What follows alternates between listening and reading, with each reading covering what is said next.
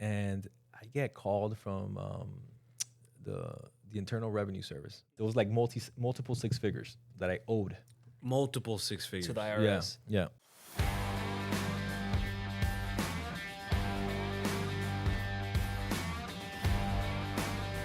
Give five guys a high five and say thank God you're a man. Welcome back to another episode of What is Man Podcast, the #1 Christian men's podcast in the world. Today's guest is a powerhouse in the world of commercial real estate and a man deeply rooted in faith, family, and business. He's been happily married for 11 years and is a proud father of 3 beautiful children. He started off as a bellman, but slowly worked his way to becoming the founder and owner of Smith Commercial Property Group, which has brokered over $250 million in real estate transactions, and he leads a team of more than 10 licensed agents serving the South Florida region. His life was also deeply impacted by the What is a Man ministry when he was confronted by God's design for manhood at the age of 22. What started off as a rocky start, God has turned into a dream. Please welcome to the show, Mr. George Smith. Thank you. How are you doing? Welcome, brother. Thank you. That was a great introduction. Yeah, I love right? it. That's your life. I love it. That's That your was my life. There you go. I was just sitting back and listening. It's Wow. Yeah, it's like, man, did you ever think that this is that's what would be the build up to describing who George Smith was? great. I know. No, never.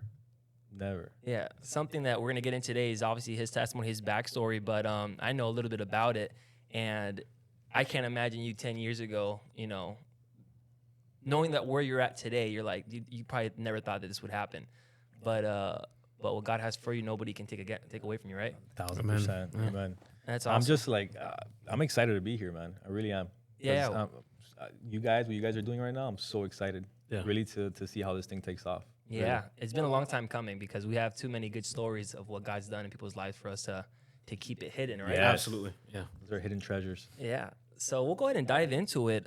George Smith. Who is George Smith? What is the Smith family?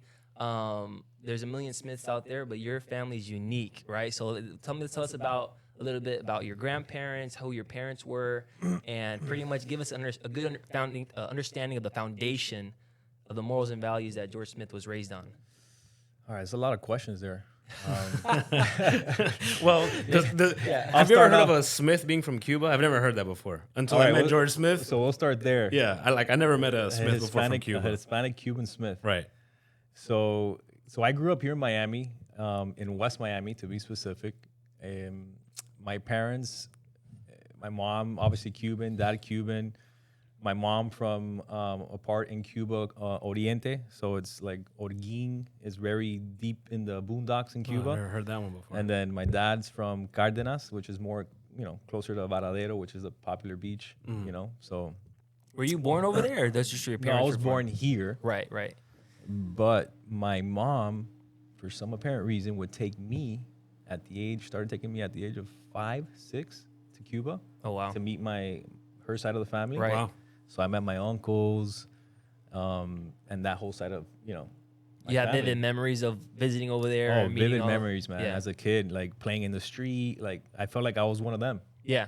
So that's why, like, as I'm the youngest of 4 Except that you brothers. got blue eyes and like probably Right. over there. like, Este guano tiene los ojos azules. yeah. Este un Youngest- gringo. Exactly. The problem is that you're there, right? At 5, 6 years old. Yeah. Mind you, I'm the youngest of 4, blue eyes, right? White. And my uncles over there like, oye, like already like speaking, like the power of the tongue has life or death, Yeah. Right. And at that young age, my uncles would be like, oye, tú vas a ser pícaro, este va a ser candela. Even the women would speak that in my life, you know? And for the English-speaking audience, what does that mean? That Like- means you're gonna be not a troublemaker, but a womanizer. like playboy. You're This gonna be a guy's gonna be a playboy. heartbreaker. Right. Yeah.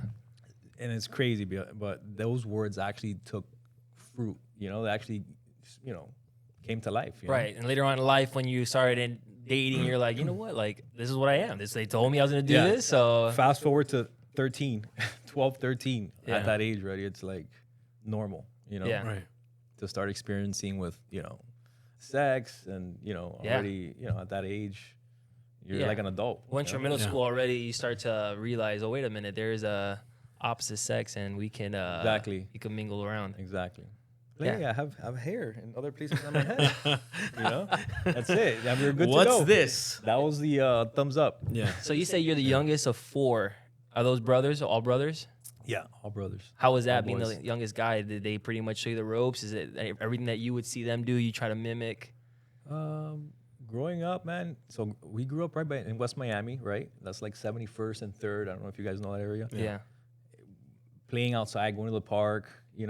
My dad would, let us go to the park, and the way of him calling us was whistling. Yeah. A loud whistle. Yeah. Oh, Yeah, that's yeah. that's the bell. Time Let's to go. Yeah. Yeah. And that's the how we bell. grew up. Yeah, that's how we grew up. It's it's like it's like a Latino has entered the chat when you just are in the middle of like a Marlins park and all of a sudden you hear a super Very- loud whistle. You're like, Yeah, oh, yeah. some Yeah. Cubans over there. Yeah. So very old school. My dad was old school. He was in appliances, like fixing appliances, like dryers and washers. Yeah, refrigerators. Yeah. Refrigeration. Like the whole backyard was filled with like washer and dryers. That's how we grew up. We were playing hide and go seek and all that stuff. And That's hilarious. and then my mom, she started off like in entrepreneurship. She wanted to get into ALF, like assisted living facility. But she first Yeah. started off like cleaning schools as a janitor. So did your parents meet in Cuba or did they They meet met in over here Cuba. and got They met in Cuba. Yeah. So we could go down that route Yeah. too. Yeah, So, yeah. funny enough, my dad, I don't know how you call it, but he literally took my mom and like left, like without even. I was like, say bye to your family, we're leaving, type of thing. And she was on board. There was took no her. protesting, nothing. She was Yeah, like, okay, her. I trust my you. mom's side of the family was against it, and But she's like the USA. she left. My yeah. ticket, right? I'm Yeah, she was taking off. pregnant, but they left to Venezuela, right? Okay. They lived there for a couple of years. That's when my oldest brother was born in Cuba. Mhm. Then they lived in Venezuela for a while, and then they came to the U.S. Nice. Yeah. Very cool. So, it's crazy, right? How you just take a woman like, hey, that's it. We're leaving. We're out. Screw your parents. We're gone. So there's no discussion And they there. always Yeah. hated my dad for that. Like they didn't forgive him. I mean, I just had a 4-month-old daughter. If some guy did that, I think I would Did be you land? upset. I you would get be upset. a mugshot would be Yeah. coming out of me pretty soon after that, for sure. Yeah, it wouldn't go over well. So, and that's how then she started traveling, right? When I was born and going for the first time seeing the family. So it was with me. Mhm. That was when she first started going back, and she took me with her. Nice. And she saw like her brothers, her sister, her mom, So I grew up kind of meeting them. Yeah. Yeah. Was there like would your family would that side of the family talk about like, hey, look, your dad he might seem great, but you know what he did, and like did they try to No, put like a I mean, wedge no, as a between kid, your I dad really and didn't not know. really? As a kid, I didn't hear much. It was just more happy to see my mom, and they were happy to see her and Yeah. meet me. How white I was and blue eyes, and Yeah. So getting into middle school, we say all the time, like in middle school, high school is when you start to see the behavior of what that person was raised on, right? Whatever values, they either become like, a straight A student, you start to play sports, you start to kind of like get a little bit more personality, get a little more freedom. So what was your middle school years, high school years kind of like? Yeah, man. So I think middle school was so at home, my parents were never there, right? Like my mom was working, right, trying to become this administrator for ALFs, and my dad also was kind of working, and he never really put in the work or the time to teach us anything, Yeah. like even to teach us how to like fix AC units. Like he was working 80 hours a week. And he would like, drink. He was an alcoholic. Yeah. He would always drink, and it was like that's normal. You know what I mean? He would take us to work. He's like, all right, come to work with me, and literally had a huge like cooler in the van. Yeah, you gotta make sure Astro van. He was He's got to make sure stocked the up. refrigerator works. So that's why you would bring Right. a case of beers. Just He would be Heineken, he would bro. be DUI driving with you guys in the car and everything like that. I don't know if he was like that drunk, but Right. you could tell he had a couple beers. Right. Sure. And our job was literally to get him beers.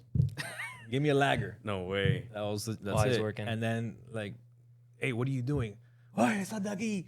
Get out of here. Yeah. Or cójame eso. And he would have no patience at all. Yeah. I had no patience Yeah. to teach us anything. So like Yeah. he never knew how to really communicate Yeah. You know what I mean? Yeah, I think I've noticed that from like older generations is like they can't, if they want you to do something, it's gonna come out in a sarcastic or like a very like angry. It's comment. indirect. It's Or an they indirect expect you to comment, know. They expect you to know what Yeah. you're doing immediately. Right. Like, Yeah. And if you what do don't, you mean you don't know? Yeah. And it's like, that's it. They- Well, you and- never taught me, so I don't know. Yeah. And then you don't want to learn after that. Right. You're like, all right, forget Okay, this. let me Maybe I just, won't let me just learn. be quiet. Let me just be quiet. You ever take a sip of alcohol when he was giving it to him? Like, when did you start? Oh, that was normal, yeah. Yeah. As a kid, like 2 years old, you know, it was funny, you know. You said 2 years old? yeah, you're a baby. Here, Yikes. get some beer, you know. Wow. And it was like a joke. It was like funny. So you Yeah. pretty much like was drinking alcohol all throughout growing up. Yeah, yeah. Honking at women in the road was like normal, you know, like You're saying that, like him driving and honking at women. Yeah. And like telling, oh, you see that? And that was like a normal thing. you Yeah. know? Wow. A lot of like I think Latinos and even in general just men, like I think they're so like focused on making sure that their sons and daughters like don't come out the wrong way Right. or That homosexual they or go the whatever. other extreme, So right? they They go- like yeah. like, hey, look at that girl. They'll Yeah, take yeah. them to Hooters. They'll take them to Twin Peaks or Exactly. whatever. And like so these girls be coming out with their cleavage and they're like, you see that? Right. Yeah, It's yeah. like that's what you want, but it's not because they want to make you a lustful person, but it's because they just want They want to make sure you're a man. Like that's their way of Right. And so, I mean, that's what you're saying. That's what happened. Your dad did to you. He tried to teach you what his definition of what, at least the best that he could, Right. what a man was. And Correct. so that's alcohol. Yeah. You know, what's it called? Hassling, girls and catcalling. Yeah. yeah. So yeah, that's crazy. And do you feel like embarrassed? Like, oh, dad, like, come on, like, why you got to do that? No, Or- I liked it after a while. I was like, oh, okay, cool. This is what we do. This You is know? what a Hey, man look at that is. one. Yeah. This is what you become so comfortable Yeah. in Yeah. that it's like normal to It you. becomes normal. Wow. Yeah. And then like first time I ever knew what stealing was, right? I've said this story a lot, traveling with your dad. Yeah. I was a kid. I was still young before middle school, right? It was, you know, Christmas time, and they had these little cars, and they had the little tracks, you know, and that was like the best toy, bro, because you could like press Yeah, it. the and Hot it Wheels, like right? it was Hot Wheels. Yeah, and yeah. It was a magnet, and it would keep going, and you could change the track however you wanted. Yeah. And the car got messed up. I was like, oh man, the car got messed up. He's like, all right, let's go to Toys R Us. You're like, Go oh get some man, cars." dad's gonna buy me a car. Yeah, I was this like, is great, crazy. this is awesome. I'm going to Toys R Us with my dad, you know? I was so excited. Yeah. So I go to Toys R Us. It's just me and him, you know? And these cars were expensive. Yeah. Like, you know, they kept Every little them. piece of plastic is Every little like piece of 20 plastic. bucks. I guess they had some sort of mechanism or magnet in there. I don't know.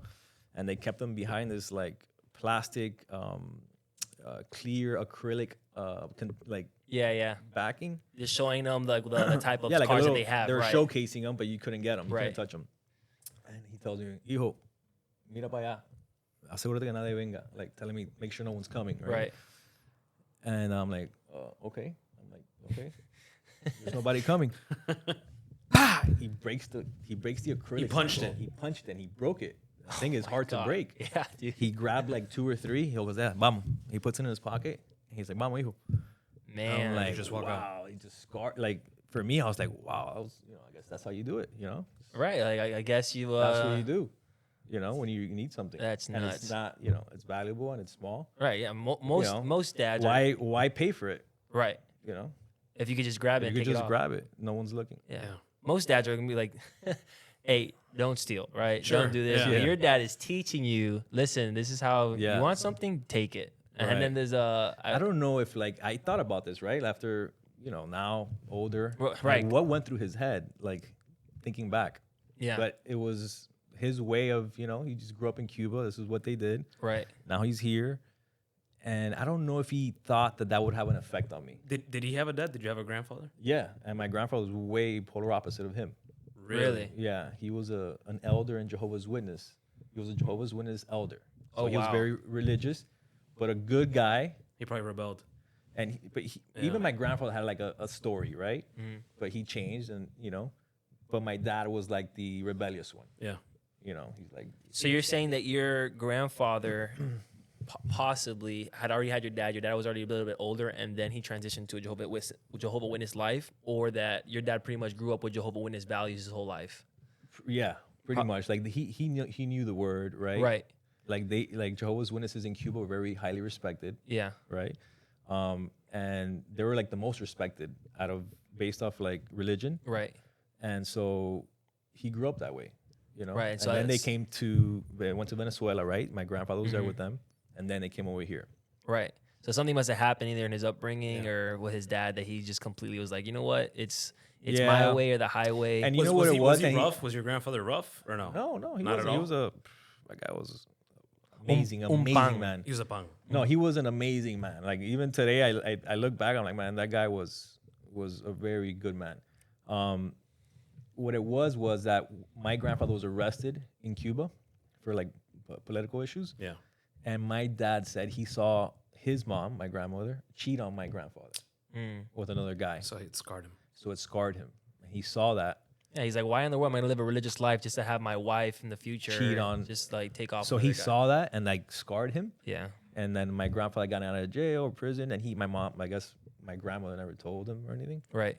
And I remember my dad telling me that story. So Yeah. I'm like, maybe that's probably what happened.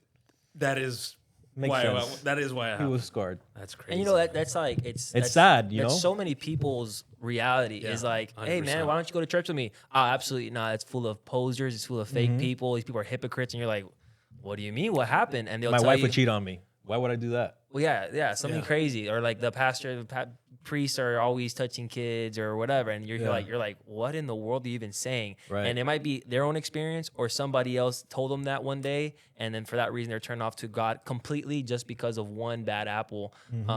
And the devil loves to use that. Yeah. He loves to make people focus on the negative instead of all the positive that God has. And it's easier for people to focus on the negative rather than the good. Yeah. Like it's just, I think that's like human nature. Yeah. People would tend to grab onto the negative stuff rather than seeing the good. Yeah. You always hear about that one guy whose parachute didn't open, even though there was like millions of people the last couple of days. You're always that gonna jumped remember out of the bad airplane. one. Right. You're gonna remember Fulano that he jumped out and That's everything. and splat. You go to a So- place for lunch 10 times. That one time that you have an issue, Oh. that's it. You go to the youth fair, you're like, oh, the guy died on that ride. Yeah, exactly. I'm not going Yeah, back. I'm going out. No youth fair, no Yeah. fair, nothing. I think nothing. this lady's son the most recent one Yeah, that had the that's sad. drop That's sad, yeah. that he wasn't buckled in correctly Right. and he passed away. Yeah, But they got, I think it settled like with like millions. millions of dollars. Millions of Like dollars. close to like 100 million crazy. Yeah. But it's true. People focus on the negative and remember- then that's it. That's so it. so that only takes one, and that's a good point for people who are in ministry. You know, like it is not just a volunteering job, or it's not a volunteering position. It's not something you do on the weekends.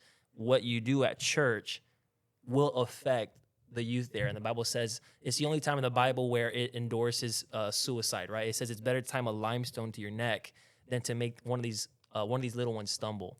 So whenever you're inside that place and even outside that place, right? Because you'll I don't know how many times I'm walking around. You don't know who I'm you not meet even out there, paying man. attention. I'm at the grocery store. I'm at the fair, and Pastor Brandon. Yeah, I think the recent one was we were in what was it? Busch Gardens. Really? Yeah. And we saw who was it? Dennis and his wife. Yeah. At Busch Gardens, out of all places, randomly. Really? Yeah, we're there. So- We're there walking around. We're on Just hanging vacation, out, right? yeah. We're like it was a They're like- last minute trip, and then all of a sudden we're walking around. Pastor Brandon and George, and we look back, and it's these guys that go to our, these people go to, Dennis. this couple that goes to our church, and they're new. Yeah. They were like maybe a month or two in. Really? And so if we were eating crap, if we had a beer in Clowning our around or hand, if we something. were whatever, Yeah. you know, that's a one-way ticket for us never to see That's that it. family, These and guys for are them to adults. be.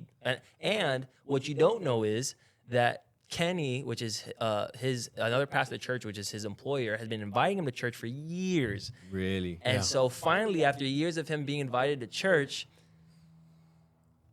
one stupid mistake of clowning around or eating crap can One cause thing. him to never come back. Yeah. After years of finally getting there, and he's like, okay, I finally come to church. He gets baptized. A month later, he sees the pastor, the bishop's son messing around, and they're gone. That's so it. Yeah. so that's what happened to your dad. You're like, he was like, all right, Jehovah's Witness, I'm open to it. You know, my grandfather's into it. Let's see.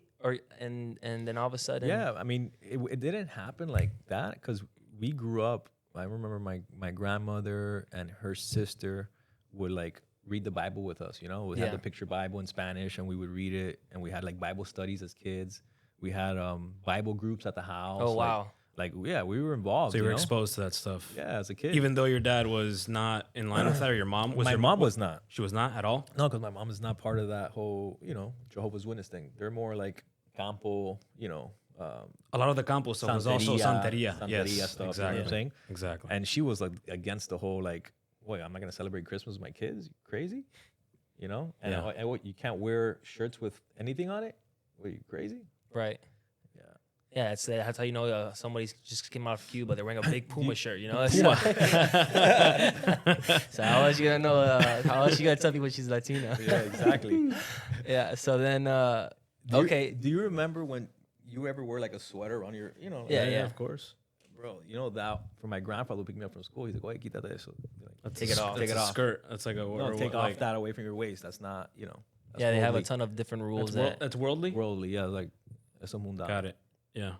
I was like, oh. Yeah, I guess, you know, if you're from the outside looking in and certain rules like that, they don't make any sense to you at all. Birthdays, no That was birthdays. yeah, that it's like I understand. I understand some the people, birthdays, right? Because I Yeah. started reading into it later, right? Yeah, get into that because I have no idea why Jehovah's Witnesses don't celebrate birthdays. Because it's celebrating of self. Okay. Oh It's the wow. whole celebration of self. So that's the whole Interesting. demonic thing. But Even though, even though, right, like it makes sense why we celebrate birthdays because other people celebrate us. It's not that it's like one thing is like, hey, it's my birthday. I'm the one throwing this party. I'm inviting people. It's all about me. yeah, That's a yeah. good So way I to get, look at it. I Yeah. get that. Yeah. Like Right. it made sense. But I'm like, wait, but like people just throw parties for if it's your birthday. And they're just doing it for I you. mean, because they're celebrating celebrating life your is something. you know? I mean, after having, I think you have 3 kids. Me and George just had our first. Like, that's a celebration. The fact that wife, mom's okay and kids okay. You know, I want. Oh, I'm celebrating. An You kidding me? anniversary. Yeah. Are you My kidding baby me? made it to 1 year. Yeah. I'm doing great. My And- baby made it to 2 years. This is fantastic. Yeah. And you know, every year it's not just that we celebrate. You know, in the Christian faith, there's an idea of constantly blessing your kids. Yeah. And so every single year on that kid's birthday, we're Right. praying blessings on him. Right. We're saying, God, another years of life, more years of health, give him wisdom, set him Right. apart, make him wiser above their peers. You know, so there's and again, in every aspect, the Bible kind of teaches us how to do it, but there's a way to celebrate. Right. And so, but Jehovah's Witnesses said, no, that's wrong because it's self-centered and it's Right, That's right. sad. Okay, So so I'm glad I'm not, you know. In a way, I'm kind of glad like my dad departed from that. Yeah. Because we would have been stuck in the whole religiosity part of it. yeah, possibly. Lord knows, man. So your view on God was what then at that point? Because you kind of have your dad not living Jehovah's Witness life, your grandfather is, your man. mom Santidi. I so never, like, I what didn't was believe at your- all. Like growing up, No, no. It was- atheist for would you me, say, or more like I didn't care to get into it, but I don't think it's I think what it was is that as Jehovah's Witnesses, they always spoke about the Armageddon, like Okay. the world's gonna end, and I kept hearing that constantly. It was like a fear, yeah. and I was tired of it, you know. And as a kid, I was like, bro, I cannot live with fear, you know. And Really? yeah. So I did. So not, that was the big turnoff for you, big turn off, and it was always about that. right? So then I didn't care. So when, you know, obviously they expelled, they kind of kicked him out of the religion. Oh, My really? dad. Excommunicated. Yeah, they kicked him out Uh huh. because of the alcoholism and the whole thing. Your dad or your grandfather? My dad. Oh my wow. dad. Okay. So then, you know, we stopped, you know, because Right. we would go to the assemblies, we would go to the whole thing. That's interesting. And so, yeah. So then after that, you're learning how to steal. You're drinking booze. I don't know if you're. I'm sure you're dabbling in other substances. I don't know if you're getting into drugs or anything like that. No, but- so 6 years old, right? That was my experience. Wow, I learned how to. That's how you do things, right? You steal things when Right. you want to buy instead of buying them. You gotta tell me. You gotta say the story about the dog too, because that one is interesting about how your dad showed you how to get a dog. Oh yeah, He said, that was another. Oh, I forgot about that one. That was It's 'cause another. after all these years of hearing all these stories, like we remember because we're like, he did Right, what? right. But he's just like, Just oh, another day in the oh, life. that was Tuesday. yeah. yeah. That's funny. So you guys know where West Miami Middle School is? Yeah, of course. And so there's I don't forget what it's like 72nd Avenue or whatever. Yeah. So we were driving to go pick up my brothers from school, and I was a kid. I was gonna go pick with my dad to go pick up the kids, pick up my brothers from school. And there was this yard, this corner house, and they had chihuahuas, outside all the time. And I wanted a dog, And my dad says, "Hold on, let's look, jump the fence, grab a dog, and come back." And that's it. It was like, all right, we got that. Get the cute one, Right. Put that one back. Put that one back. Get the nice he one. cleared the fence Yeah. like he's hurling in the Olympics. He's like, just make sure you come back fast. I'm here. I was Oh waiting. my gosh. And that was, that was it. Normal. That's crazy. Yeah, we had a chihuahua. And then you got. What'd you name him? I don't remember. Oh no, it was his name Debo. was Triviling. Triviling. That's crazy. It was Mitsubishi. I and got Triviling. stolen from my home and they gave me a new name. Yeah. That's terrible. That's absolutely horrendous. So That's whoever crazy, was missing a Chihuahua all these years, you finally know what happened to your Chihuahua. That's funny. That was crazy. So you say you're moving forward. You get into middle school, you get into high school. So middle school, right? Experiencing. So I meet friends right around the neighborhood, and a father's supposed to like screen who your friends are. Yeah. Like, hey, that's not like that kid. You shouldn't hang out with him. Like my dad. 100%. There was none of that. Yeah. I would go and like ride bike on my own, and meet kids. And there was this one Cuban kid with his mom, and they would always move. They were like almost like gypsies, right? They would always be moving because they didn't have money and they were poor. Right. And this kid was a thief, bro. Like that's where in Cuba, you have to steal to survive. I mean, this kid stole everything, Wow. and we became friends. So we're riding bike, and he's stealing like go-pads. You guys remember go-pads? Oh, 100% with the big mufflers on the back. he would and steal the go-pads board. left and right. Oh my gosh. We had go-pads all the time. Go-pads. Oh, let's get this one. And Yeah.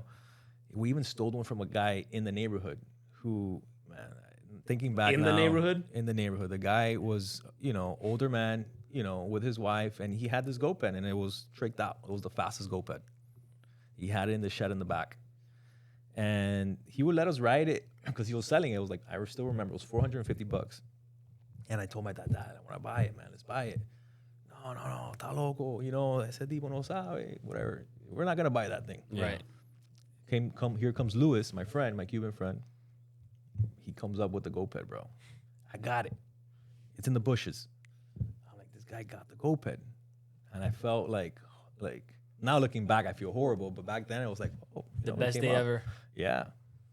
It Why was just not normal. keep doing it? Then me and Louis became friends, right? Stealing bikes. It was normal. Like, oh, you want a bike? I got you a bike. He'll go to like Doral apartments with the sheds. They have the bikes. He'll just go in, grab a bike, Fagada. and take it. Hey, I got Oh you a my new bike. gosh. And that was normal. Right. I was probably like 13, He goes, hey, there's a house that got raided. There's no one there. Let's go in. Let's see what they have inside. I'm like, really? All right, let's go. Going in the bike, we knew the back neighbor, which was another young guy. Right. So we're like, okay, the plan is we get whatever we're gonna get, and we jump the fence over to our friend's house. To your buddy's house. Yeah. And I pulled out like gold chains, like a bunch Right, of so it jewelry. started off as little race cars, and now Started you're little race in cars. grand theft. So that's how, right? That's how. So sin that's grows. home invasions. Home invasions at 13. That's crazy. Yeah. So then I'm in. Mind you, he's riding bike. I'm on the pegs, right? Pegs. And I have all these. I have my pockets filled with like jewelry, and I'm going to my house. And I'm like, what do I tell my parents? My parents are having a party in the back with my uncle, drinking. And I show up there, and I can't hide this thing, It's probably, oh, hey, where were you?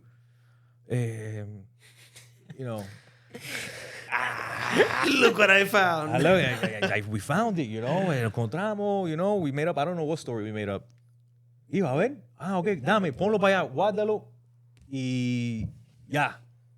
And that's it. Vete. He said. And they kept he's like- partying. He And said, they go in kept there, partying. put it away. Put it away. And let's go have a good Now, time. where did you Yeah. find this? Who gave this to you? Nah, Did you dude. steal this? It was a little bit of that, and then it was like, okay. After like one or two excuses, One or not two really, right? questions? Just because he had to cross that box about like, okay, he didn't steal. Okay, fine, just go put it away and don't worry about it. That's it.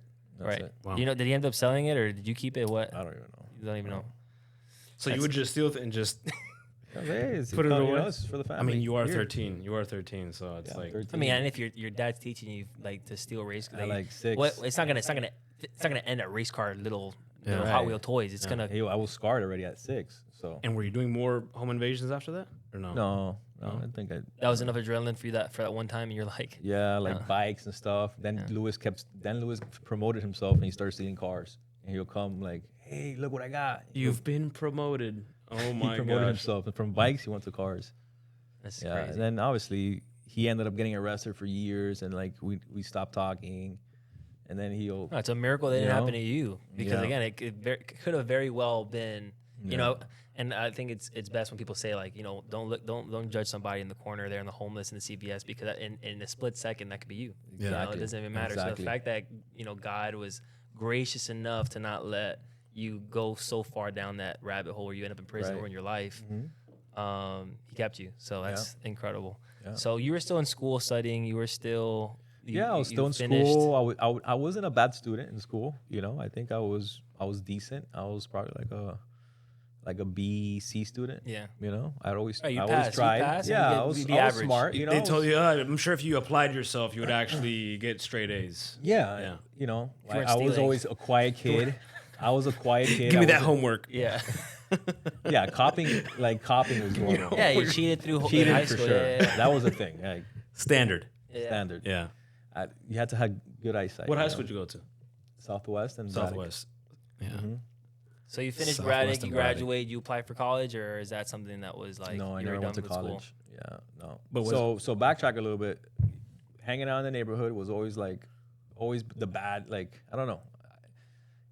My dad really didn't wasn't the protector that he should have been. In like, hey, look, you don't hang out with these guys, whatever. Yeah. I think maybe one time he said, don't hang out with that guy. He's too old. And it was obviously that guy was old. He was Right. an older dude. You know, I was young riding Yeah. bike, and the guy, but he had a mentality of a kid. So it was like one of those weird things, you know? Right. Yeah. So I was like, okay, I'll listen to my dad, you know? Yeah. Other than that, I was like, I hung In- out with older kids. In high school, were you ever like gang affiliated? Did you ever get proposed to join a gang? It was like In middle school. middle school only. I was like, in middle school. It was like, you know, dumb little. because I know growing up in like the '90s, early 2000s, like Latin Kings. Yeah, and, yeah. You know no, what I mean? no, we didn't. They were always there. Like 122nd Avenue always had a 122 Yeah. like group. Yeah. You know what I mean? Yeah. But no, we weren't really gang affiliated. No.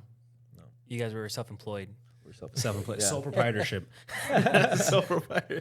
DBA. What was your DBA name? Did you have a street name? No. No. Just G. Just Smith. Yeah. So you finish high school, you graduate, and then you're like, what now? You pretty much were still, because I mean, at that time, I'm sure like the even though you graduate high school, you're still kind of the high school crowd high in school college. was rocky, man. So I started off in freshman year, tried to follow off after my brothers, right? Because they were wrestlers. My oldest wrestled. He had, a stud. My Carlos, which is the second oldest, he was really good at wrestling, but he was horrible at school. Oh, man. He would skip school and go back just to wrestle. Like Wow. alcohol coming out of his pores. Really? But he would love wrestling. Right. You know, he was like the captain of his team in middle school. Wow. Yeah. So you're like, I'm a So I'm like, wrestler okay, too? yeah, I'm in middle school. I'm in high school now. I'm in Southwest. And I'm like, wow, I'm in high school, I tried wrestling like freshman year. That's where I lost a lot of weight, getting into because you have to run a lot, Right. get athletic. I would work out. And then sophomore year is when everything kind of took a turn, Then I met another, friend at school. Yeah. And in high school, it's 10th grade, I was already selling drugs at that point. Oh, really? Yeah, I was already like, So you never got into drugs, but you started selling it. yeah, I Or- did or both. You did both. Yeah. I think in high school it comes with. It comes with the territory. Yeah. Yeah. Yeah. How Yeah, that- because I would just want to have money, Right. You want to have money, you want to have fun, and You don't And have to work a 9 to 5. You're your own boss. Right. You buy your stuff, you use it, and then you sell it. It's Yeah, like- even though my first that's all it job, I is. think my first job was at McDonald's. Yeah. That was my first job. And that was probably to start off to be able to get your whatever you needed from the dealer to then. Yeah, no, that was Yeah. my first job, and that's it. It was just a regular job, okay? Regular I know job. we're talking about That's that. sad There was story. no, That's sad there was story. no drugs Yeah. in there. You You I need was- your I W. was You need a straight- W-9. I was trying to do before, good. like, I you was start- I was trying to do good. so. Right, but Yeah. somebody is like, hey, your buddy is like, hey, look, on the side we could sell this. You want to sell as well? And you're like, yeah, I mean, I could try it. And you're like, this is easier than flipping burgers. So Honestly, I don't even remember how I got into Xanax bars. I don't even remember. That's what you were selling? Yeah. I don't remember how I started. explain what Xanax bars is for the people that didn't grow up in. I'll let George. What's the Xannies, man. generic Is it- I generic know what version? Xanax is, but it's just like, Alprazolam? I guess Brazolam. Alprazolam. Yeah. Sure. It's like a relaxing drug. You take one, you kind of remember things. You take two, You don't remember anything. you don't remember, and you're awake and you're doing things and you have no idea what you're doing. And when you say bar, is that like they made it into like That's a brownie or street name. It's something? a bar because it's it's a bar like because it's like a stick. Oh, got it. Yeah, Got it. exactly. Yeah, Or they call them French fries or yeah. all these terms. You don't need a ChatGPT. We could just ask you what all the street names are. No, for these no. things. But yeah, that's I think what it was it probably. was. I think it was through my brother Carlos. Yeah. Probably how I got him. Yeah, Yeah, and then I tried it and I felt great Yeah. yeah, with a beer. yeah. Yeah. Oh, yeah. Then I started selling it in high school. It was 2 for $5, and then that's how I met who ended up being my best friend during that time. Mm-hmm. And he was older. He was like my brother Alex's age, 2 years older than me. And he comes at me like all crazy, like, "Hey, did you sell bars to my girlfriend?" And I, at that age, you're young. You're very like Yeah. What's it to you? prideful Yeah, and yeah. like you don't care who's who. And this guy's older than me, and I look at him I was like, "Yeah, and what? What are you gonna do?"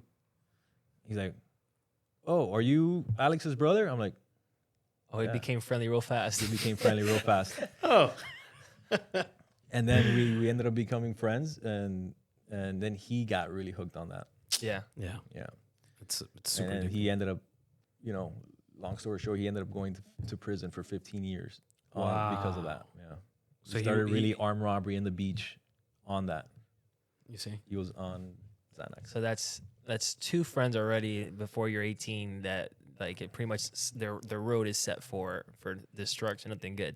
But Yeah. you're and this guy was older, so he was like an older brother for me, right? right. And then if he would have told me, "Hey, come with me," You would have. I would have gone. You would have Yeah. gone. You would have gone. And did you ever find yourself in like the crosshair of police and the law and prison or nothing ever happened to you? It was all around you, but you stayed. Yeah, it was all the time. I mean, like in high school, there was a big event that happened, so my best friend already, he was arrested. He got arrested, right? He had that event that happened. And we would always talk. He would call me from prison, right? And he had his girlfriend that was still out. And we had it was like, kids having issues with other, these guys were from like another school. They were from Killian. Yeah. And he was dating his girlfriend. And for some reason, this guy, he was gang affiliated with like syndicates. And one day in school, I'm driving, I'm taking some girl home, a friend, and this guy's following me with like 2 cars, behind me. And I'm like, oh man, and I looked and I saw it was him, and I just stopped the car and they kept going. So I was like, okay. That same weekend, I'm in the beach now, South Beach, which always goes like our backyard. And I'm with like 3 friends. And obviously we're all under the influence. And I see this kid, Renee is his name, and he was there with my best friend's girlfriend, or ex at this time, Right. And I don't know, I just got brave, and I went up to him. I was like, "Hey, what's going on, man? Like, I saw you following me the other day at school. Like, what happened?" "Oh, whatever." And he started getting out, acting brave. I'm like, "Look, man, I don't want problems, but shake my hand if you so we can squash this." He goes, "No, I'm not gonna shake your hand." I go, "Oh man." I didn't want to hear that, Right. And I'm already like, downed out a bunch of beers, and Yeah. we're all, I'm not in the right state of mind, and I'm with like some older guys and friends of mine, and I just spit a hawker in the guy's face, Oh wow. and I was like, all right, this is the time, this is Fights what it's on. about. Right. You Fights say- on. we try to squash it. You don't Yeah, want to. and I we're- thought I we're was a getting nice into guy, it. right? So he didn't want to do that. So always shake a. So a then man's he hand he got like, but he didn't do anything. And then the ex-girlfriend's like, "Oh, what are you doing?" I was like, "No, listen, they're not gonna do anything. This is me and him." And then I spit another hawker at him. Wow. So he felt, mind you, my parents are not here at this time. Like they're not in the States. They had left to Cuba to visit family. And they left you guys all alone. So my second oldest brother, Carlos, was with my parents. Mhm. So it was this, You my and your other oldest, brothers, my yeah. oldest, Pablo, who was kind of like the chaperone taking care of us, and Alex. And you know, that whole scene kept going, and he didn't do anything. Whatever. I'm leaving home, driving. Two hawkers. Because the guy probably sees you He and did- two other guys. He knows that if he starts He throwing thought that hands, he it's thought gonna something be, was gonna happen, right? Yeah. Then I'm leaving. I'm driving home. This is the gang affiliated guy you threw this is two the gang hawkers affiliate, yeah. in his face, by the way. Yeah. Man, that's not good news. So I'm driving home. I get a call from him. He goes, "Hey," I'm like, "What's going on?" I'm like, "You know, do you want to, you know, let's do something. Let's fight." I was like, "All right, let's do it. Come to my house. I'll record the fight in my backyard or in the park." Backyard fights. I was like, I was hyped, you know. I was Right. young. Let's go. He felt Let's undefeated. do it. Yeah, invincible. wrestled, you know. And Shoot the fade. yeah, so I was like, okay, let's do it. Oh man.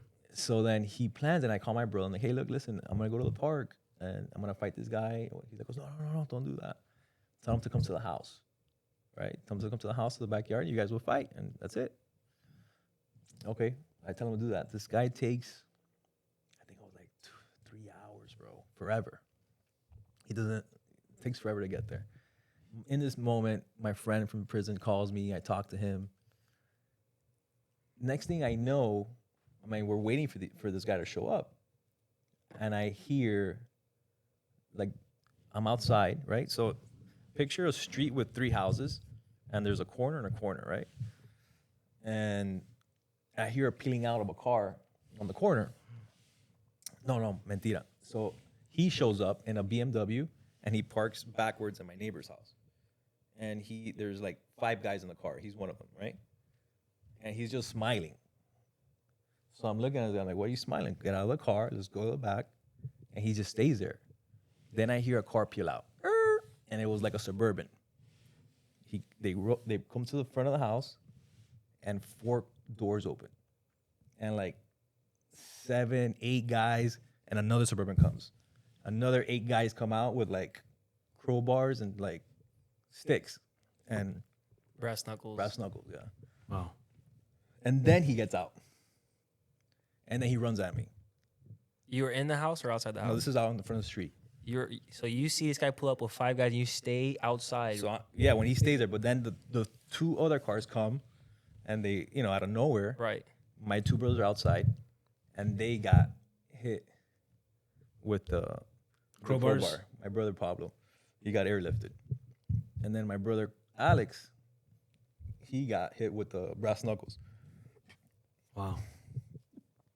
and then So you guys stood your ground and decided, all right, we're fighting these and 12 I people. remember screaming to my niece, bro.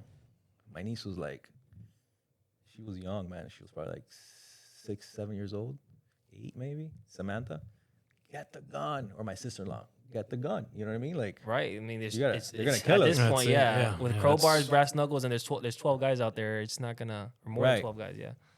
and he came running at me. Long story short, you know, thank God I didn't get hit, you know, by any of that. I kept dodging and running back. By the time I go back, my brother's like on the ground, like blood on the street. And it was so bad that even my parents in Cuba heard the news because they came out in the news. So I'm inside the house and I'm freaking out. Like, I'm like, How long? the only thing that's running through my mind, I'm like, I have to kill this guy. Right, because I mean, Huh? Yeah. it started off with this. It wasn't even your problem. Is the crazy part. It was your buddy's ex-girlfriend. yeah. And so you're trying to stand up for his honor. You Right. spit. This guy pulls up with like 20 guys with crowbars, beats your brothers half to death, I would think, Yeah. right? How long did that fight last for? Was that like not even Everything like 1 happened minute? so fast. So they never even got to you because you ran inside. No, they were coming at me. I remember him running, and I ran to this corner. Uh-huh. And I remember the guy was by me, and I hear the crowbar swinging, and I'm just sprinting away, punching, and you know, trying to go back Right. to see where my brothers are at, you know. And Man, I would become Usain Bolt at that point. I'm out of there. I'm a track star. I'm out of there. bro, next thing I know, I come out of the house and I see a news, like a guy with a camera on the corner. And they're recording because the airlift, like the helicopter had to be called. Because the and neighbors all that. probably called the police. was it you that called or a neighbor? No, Or a probably neighbor, a I'm neighbor, sure, right? yeah. Una viejita ahí mirando. Bro, it was like Neighborhood 3 watch. cars. There was like 20 guys out there, you know? So Yeah, they it stayed was for like fast. 5-10 minutes It still was- trying to fight It you. felt like forever, you know, for me. But you didn't get touched? No, I got hit, of course. Oh, I was gonna say. I was like, George, you're like No, you're no. the Flash, brother. You're freaking dodging. That's crazy. No, I got hit, but I didn't get hit by the crowbar. Right. Wow. But anyhow. So finally the cops show up. I'm sure they peel out, right? Because they're like, okay, the news Yeah, is they in all for this. left, peeled out. And the only thing running through my head at that time, I was a sophomore. Yeah. And I was like, man, I gotta really kill this guy. Right, because you got to avenge your brothers. Just got Yeah, and I really played it out in my head. I was like, I'm gonna have to kill this guy.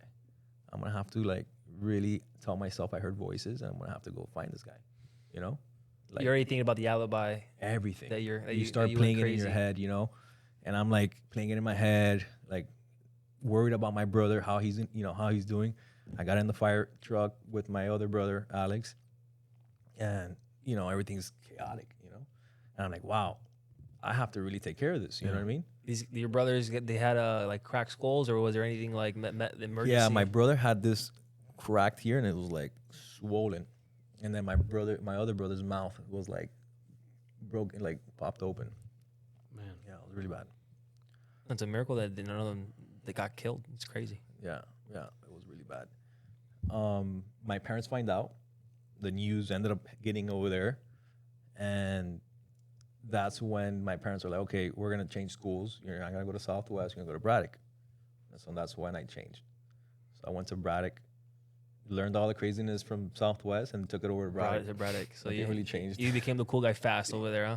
I had all my friends from W.R. Thomas there, Got it. because 122nd was like the dividing line. Yeah. Yeah. There's an art to capturing the essence of an event, so maybe don't film everything like it's your cat's birthday party. TME Solutions will shoot clean professional photos and video content. They've got the right gear, the right eye, and a strong opinion that good enough isn't good enough. No cinematic miracles from a phone. With TME Solutions, you can count on a crisp visual that actually reflects the hard work you put in. Hit them up on Instagram at TME Solutions or click the link in the description below. Now, back to the podcast. So you ever see this guy again, or what ends up happening? So that ended up opening up a case, and it was crazy. It's the guy had a lot of money. He came from money. His dad had a lot of money, and they paid off the detective to They remove bribed pictures. Really? Yeah, What pictures? I ended up finding out because they said which one.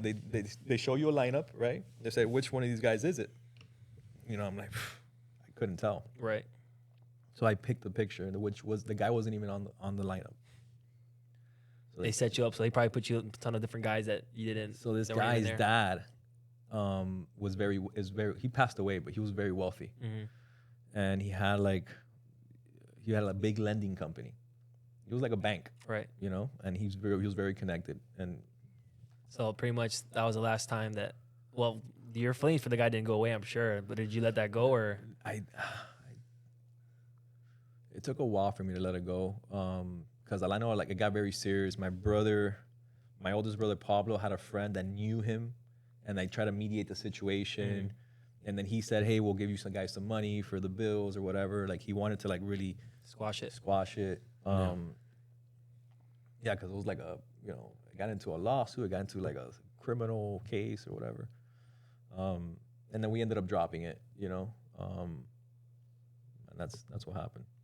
I keep on thinking, how many times has that story happened and people are not alive today? You know what I'm saying? Like the fact that you Right. and your brothers were lived after that situation, or didn't go to prison for life, or just something out of all the craziness that gone on with you, it's like I'm realizing you're more of a miracle than I thought you were. Right?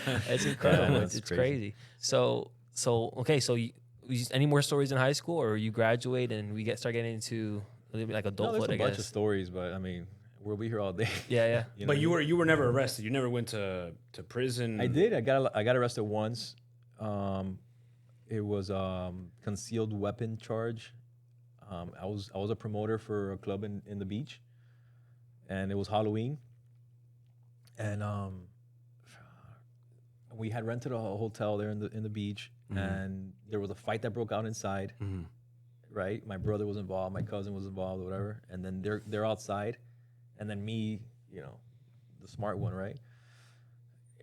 You're in the wrong state of mind. I grabbed a bunch of beer bottles and a stick, and I walked in the back of the club, and I go into the club. And in the process of me going there, the cops got me, like the bike cops. And then it was not we all got arrested. That's it. Wow. Yeah. But that was your brush with the law in terms of being arrested. You did some time and no, I was arrested again for it was grand theft. It was there was a check. So I was hanging out with the wrong crowd, right? This is after high school already. And the guys I was hanging out with, they're like, hey, look, we have a check. We have these checks from this dental office, right? And he's like, look, it might come back. You know what I mean? But we can cash. We can put any number on it, and we can cash the check. Right. Because they had stolen the checkbook. That's what happens. We didn't have no guidance, right? And I'm like, okay, I'm not gonna do it, but I know someone that will. Mm-hmm. So by me putting in contact to this one kid, was the worst mistake, right? Or even being involved in that. But then he cashes the check. He gets caught at the bank because the teller presses the button. And then he gets rushed by the cops, right? And then he calls me. Oh. With the cops. And he's like, Who is this? I do not know you. but I didn't know that. He had set me up, right? Right. So he goes, hey, listen, I have the money. What do you want me to do with it? I'm like, bring it to me. Come over here. Right, why are you asking me? We've done this a million times already. You knew the plan already, man. So he cashed me. Mind you, I'm at my girlfriend's house in this time, right? And my parents call me like, hijo, ¿dónde tú estás? La casa está llena de policía. Te están buscando. And I'm like, they're looking for you, right? Oh, man. And I'm like, oh, no. And I just start kind of like going through my phone and deleting all the messages. And so that was the... I mean, there's no wonder why you need the alcohol and the drugs, right? How in the world do you live in peace ever if you think there's a gang after you, the police are after you, you're cheating, you're cutting, you're lying? Like, there's no way you live sober. There's no way. And during this time where you get arrested, you're dealing with are you thinking, man, things have got to change, or are you still on a certain path? I always thought that you can get away with things, even though they got me this time, I can. Even though your buddy went to prison for. What's crazy is I go right. I go to prison, right? I go to jail that time for. I think it was a couple days, right? Then I'm in probation for that. Was it?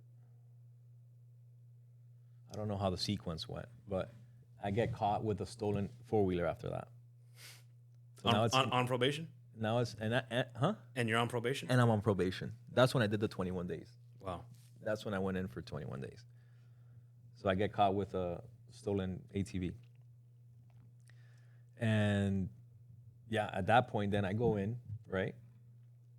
And, it was the first time I ever actually slept in jail, and like they transferred me from the Dade County to Metro West.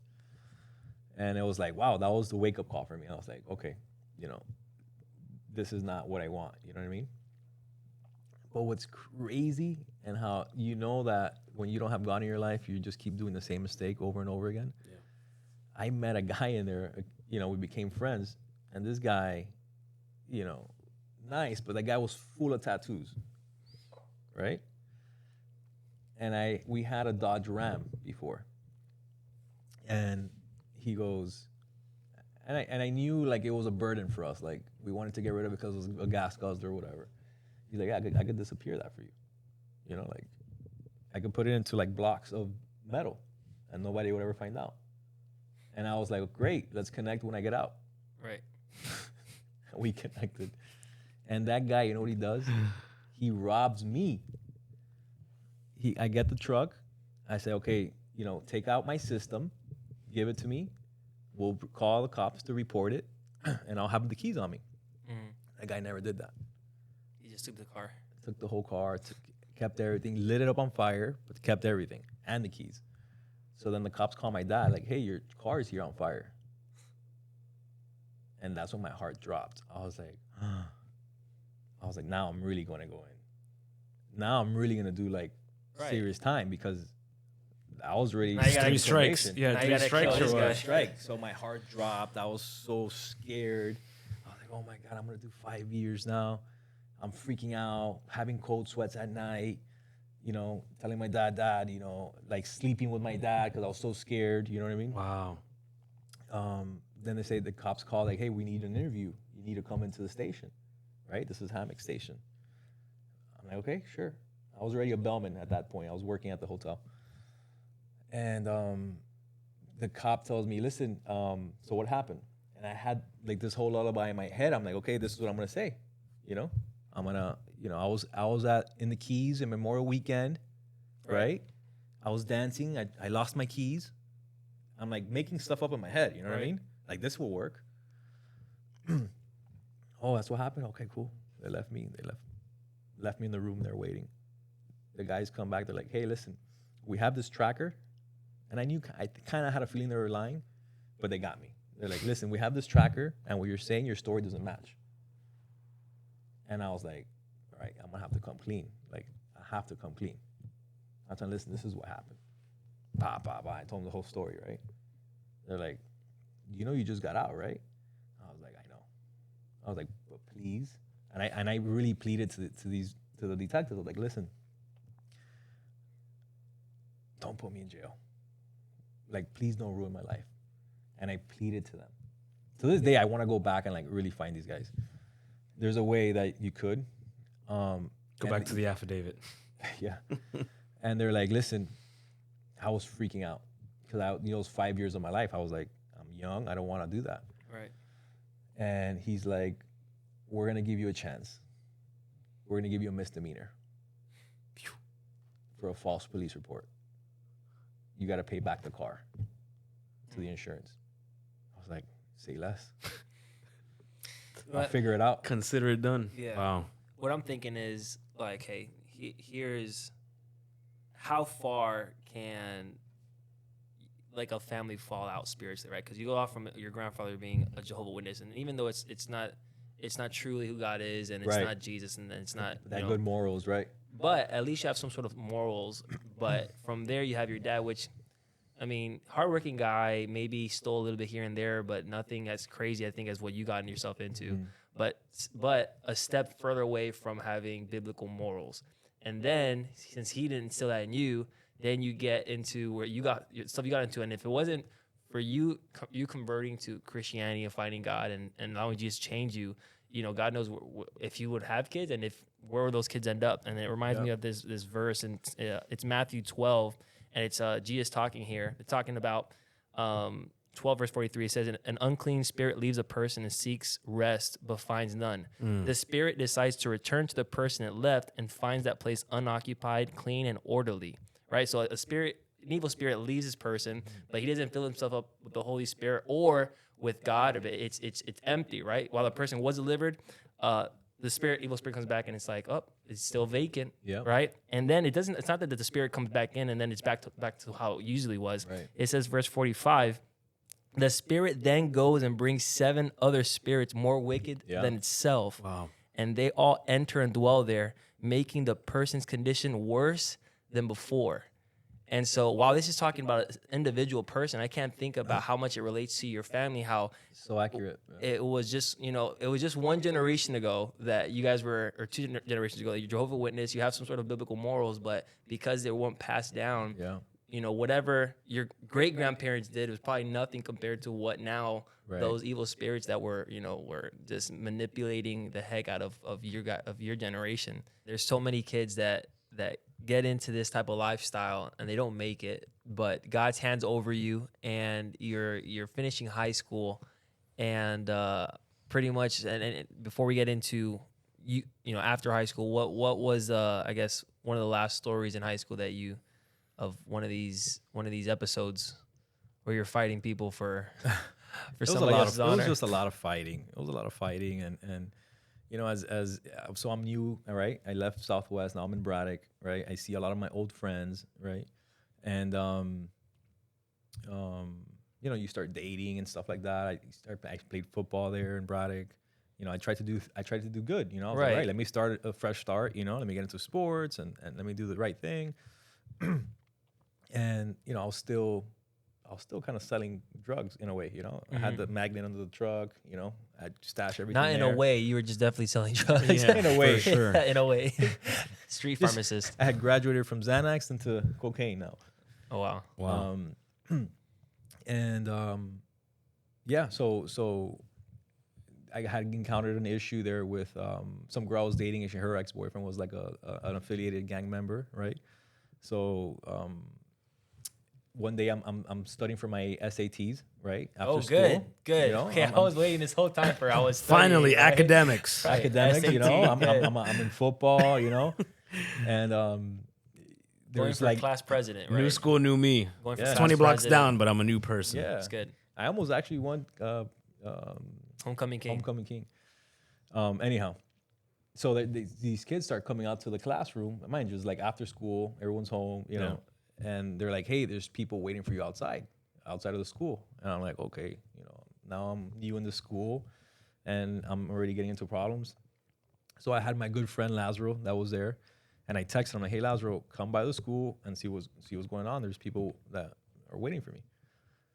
And he texts me, "Oh, don't worry about it. I took care of it.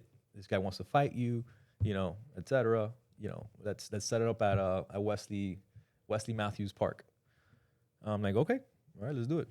As long as they don't rush me right when I go outside and go to my car." So that was and it happened to have been my birthday, right? And so I tell my brother Carlos, you know, I was like, "Carlos, you know, you could fight, you could protect me. Let's come with me." So he's like, "Yeah, let's go." And so I go to the park. There's a bunch of people there. So there was a fence, and then on the other side of the fence, me and the guy started fighting, whatever. And all my brothers wrestled, so I would wrestle as a little kid. Starting like in 3rd grade, I would go to West Miami as a little kid and wrestle with them. So I had learned some techniques in wrestling. I didn't follow through in Southwest wrestling. I got involved in all the, you know, The craziness, The yeah. craziness. The craziness. Yeah. Extracurricular activities. correct. And so we started fighting, and this kid, you know, goes to shoot at me. You know, I ended up winning the fight, right? Long story short. I go to dinner that night with my parents, my family, and I get a text message from a friend. And she's like, "Oh, why don't you pass by my house, you know, after you have dinner?" Oh, sounds like a great plan, you know. We go, he picks me up, and we drive by, and below, you know, the guy that I just fought that same day is there waiting for me with another friend. And I told my friend, I was like, "Look, let's not stop. This is obviously going to be problematic. Let's keep going." And he, you know, gets out of the car and starts fighting. The guy, one of the guys, Ricky. So then I get out of the car, and then me and the guy start fighting again. And he ends up doing the same thing, but this time instead of me hitting him, I kicked him right in the face. And I heard him squeal. Like it was like a crack, and he squealed. And I was like, "Whoa, I think I heard him. This time he's like really hurt." And like he just stayed there. And I was like, "Okay, now it's time to go," you know. And then I guess his other friend had started calling their other friends, right? And I told him, "Okay, let's go. I have a promoter meeting. I have to, you know, we have to go." So I go to FIU. We had a promoter meeting. And within like the hour, I start getting messages and calls from my brother nonstop. I'm like, "Hey, I can't talk. You know, I'm in a promoter meeting." He goes, "There's cars coming by the house. Where are you?" Because he was with me earlier and we had the fight. He was with me. So he knew something was going on. Right. And I told him, you know, "I'll be home, relax." Okay, long story short, I guess all those guys go to my house and they park their cars on the corners, and like 10 guys from one corner start walking towards my house with like crowbars, sticks, chains, whatever.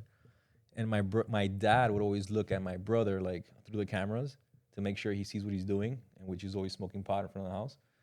And he sees all these guys going towards the house, like with like weapons. So my dad grabs his gun from the drawer, when in his underwears and no shirt, and just starts, you know, being a Cuban, old school Cuban, and just start like a cowboy, and just start shooting, you know, start shooting up in the air. Yeah. And these guys just started, you know, running you know, scattering. You know what they say about when you deal with crazy people, all you gotta do is be more crazier than them, and then they're like, "Okay, whoa." Yeah, I think that was the trick. That was the technique. Yeah. Pretend like you're more crazy than the people that are about to do something crazy. Yeah. That was the technique used. So that just caused more problems, right? Right. So 'Cause then they dip because they're like they left and they right. got scared, right?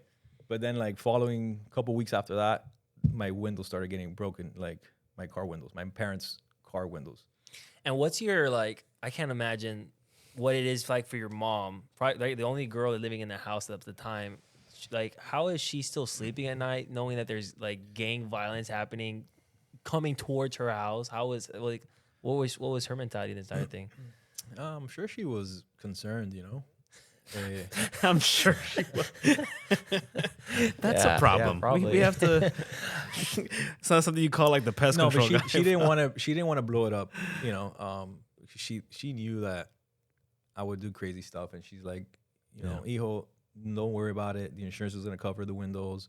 Nothing happened, and I saw it happening continuously, like 3 or 4 times. A person only a Wake up mother in the could morning. love because any other person would have been out. And I was like, and then deep down inside, I was really upset, really upset. Right, Like 'cause these now they're guys messing with they're your messing stuff. with my mom, you know. Like this is like personal. This is my parents. You know what I mean? And homecoming comes around, and I start kind of asking around who's doing what, and I knew it was that group. And I bump into one of the guys. His name was Ricky, and I was like, "Hey, Ricky, listen, you know, I don't know who it is, but someone's gonna get hurt if they don't stop." Right. You know, no, and he kind of like was very apologetic. Look, listen, nothing's gonna happen, George. You know, I know you from elementary or middle school. You know, he shook my hand. Trust me, that's gonna happen. I'm like, listen, and I got really tough with him, and I had a, I was They like, got aggressive. You're I like, got no, pretty this has to aggressive. stop, It bro. has to stop. Someone's gonna get hurt. Either Yeah. be you or someone's gonna get hurt. So fast forward that night, I guess he got a couple of drinks in him. And I kind of suspected something was gonna happen because just everything leading up to this point, you know, homecoming, people were drinking, you're young, you know, and in that scene, and then in the hotel, and I had a feeling, and I told my cousin, hey, my cousin Anthony, you know, bring your gun, Yeah. just in case. Mind you, in high school, we're not thinking of all the consequences, and you know, in doing all these drugs, right? It's late, and I suspected something happening. I just didn't know it was gonna happen that late. Right. So at the hotel room, like 2 or 3 in the morning, we got some girls coming in crying, like hysterical, like they seen like somebody die, and they had seen all these gang affiliate guys rush into this hotel room and like just beat everybody and They break just started everything. like All the guys that were trashing. there trashing it and just fighting everyone. Everyone was getting like beaten.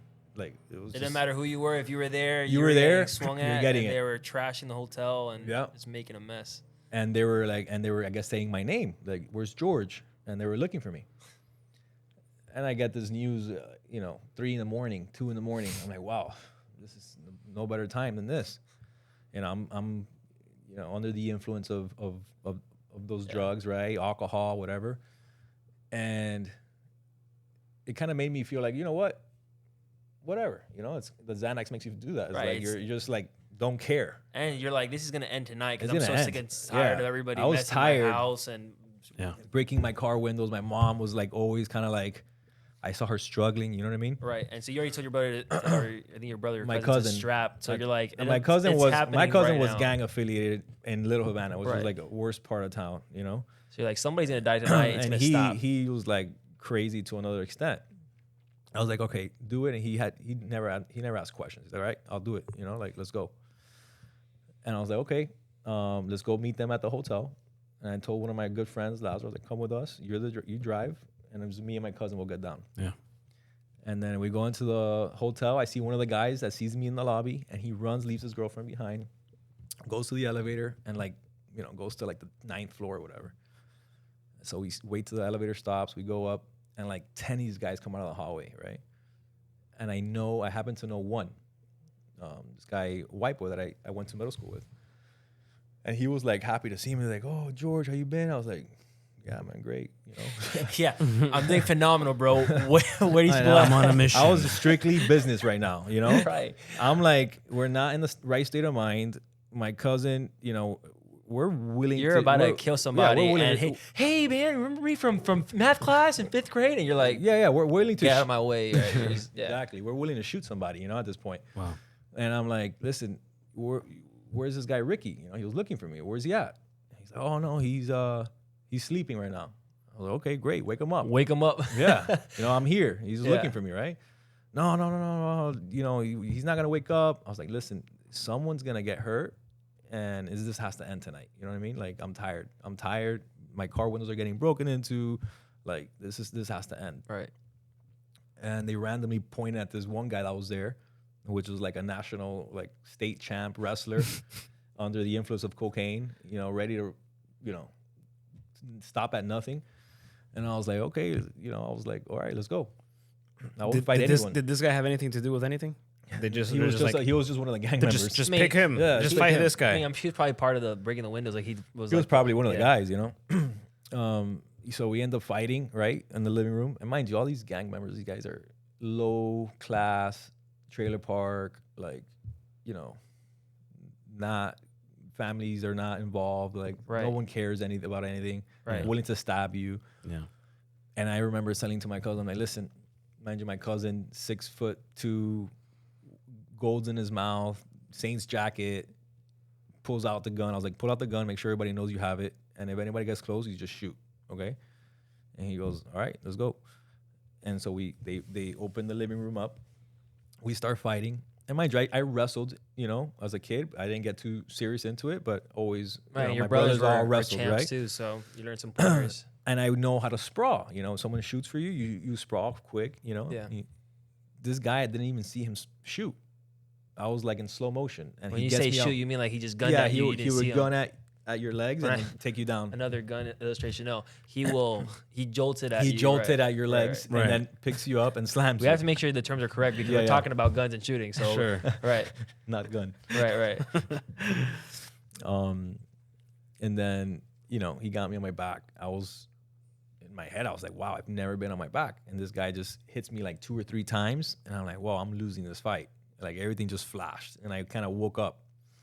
So I grab him. I hold him close so he doesn't hit me anymore. We literally won like 3 rounds, bro. You know, go to the kitchen, wash your face off. It's Ding, crazy ding, to ding, me ding, that ding. there's still like rules in the madness that is gang related violence. They're like, all right, break. Let's go wash up and then Yeah. we'll get back into Yeah. it. Nobody else is involved. Yeah, it's like whoever stops first loses type of thing. Like, or whoever, So you know, is crazy. like done. So yeah, that was that. Thankfully, no one got hurt. It ended at, you know, I mean, no you one, guys no one you got guys- shot. you No one guys- got shot. Right, but no you one guys died. busted No one each died. other. No one died. No one Okay. died. Bust each other Okay. up pretty good. You We had a were messed burned. up- My face was burned. You know, I was Busted lip. I had braces at the time, so I had a busted lip. You were fighting with braces like that? Braces on. Unbelievable. Yeah. So thankfully nothing. So happened. one relatable thing he said all podcasts is he cut up his lip with his braces. No, I've been there, and that's like for me, Been it's like there. a ball hit me. Oh, yeah. and that was about No, it, and that was the I had worst. a hole. It had I a know hole. You all could literally. about You that. were my being punched. Yeah, I had with a hole. braces. Yeah, through you're it. getting your Oh your my teeth gosh, bro. pushed in. Yeah. So So after That that, was, night, that pretty much ended the window. thankfully that's breaking. it. No more window breaking after that. Oh, They look at that. respected me after that. That's Yeah. it. They were I like, don't- I don't- this guy's kind of crazy. You know, let's maybe not break his windows anymore. Yeah, I mean, Sure. you don't. I don't know if it's bravery or you were just like I was fed zapped up. at that time because the fact that you walk into a room of 10 different gang affiliated members, you're like, I'm gonna fight one of you, and then you get not thinking that anybody else would jump in or do something stupid. And like you said, like if anybody pulled out a knife, you told your cousin, make sure that They knew. Yeah, They knew. that- They. I made sure that everyone saw the Right. gun walking in, and like he was right there. Like nothing was gonna happen. right. And I guess, you know, they respected that. In a time when manhood is being redefined and often misunderstood, one book stands out as a clear and uncompromising guide: the What is a Man book by Joaquin Molina. This powerful book dives deep into God's original design for manhood, not shaped by culture, but by conviction. Whether you're a father, husband, leader, or young man searching for direction, the What is a Man book will challenge and equip you to live with purpose, integrity, and strength. Don't settle for confusion. Discover truth.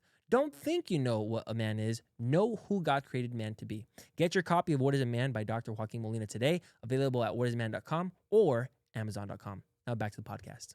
So that stopped that's homecoming. So you graduate out of high school and you pretty much like start to develop your frontal lobe and you're like, you know what? This can maybe end not well, right?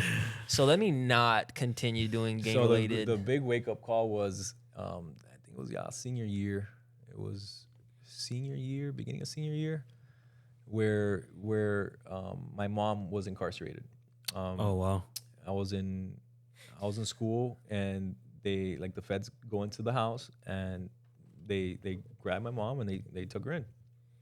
And Yeah, it of all the was people to get arrested in your family, it's your my mom, the only woman in the house. Yeah. Which it was really painful for me at that time, because and that in a way helped me mature in a way, somewhat, because like everything got really serious. At that point, it's like, wow, mom's locked up.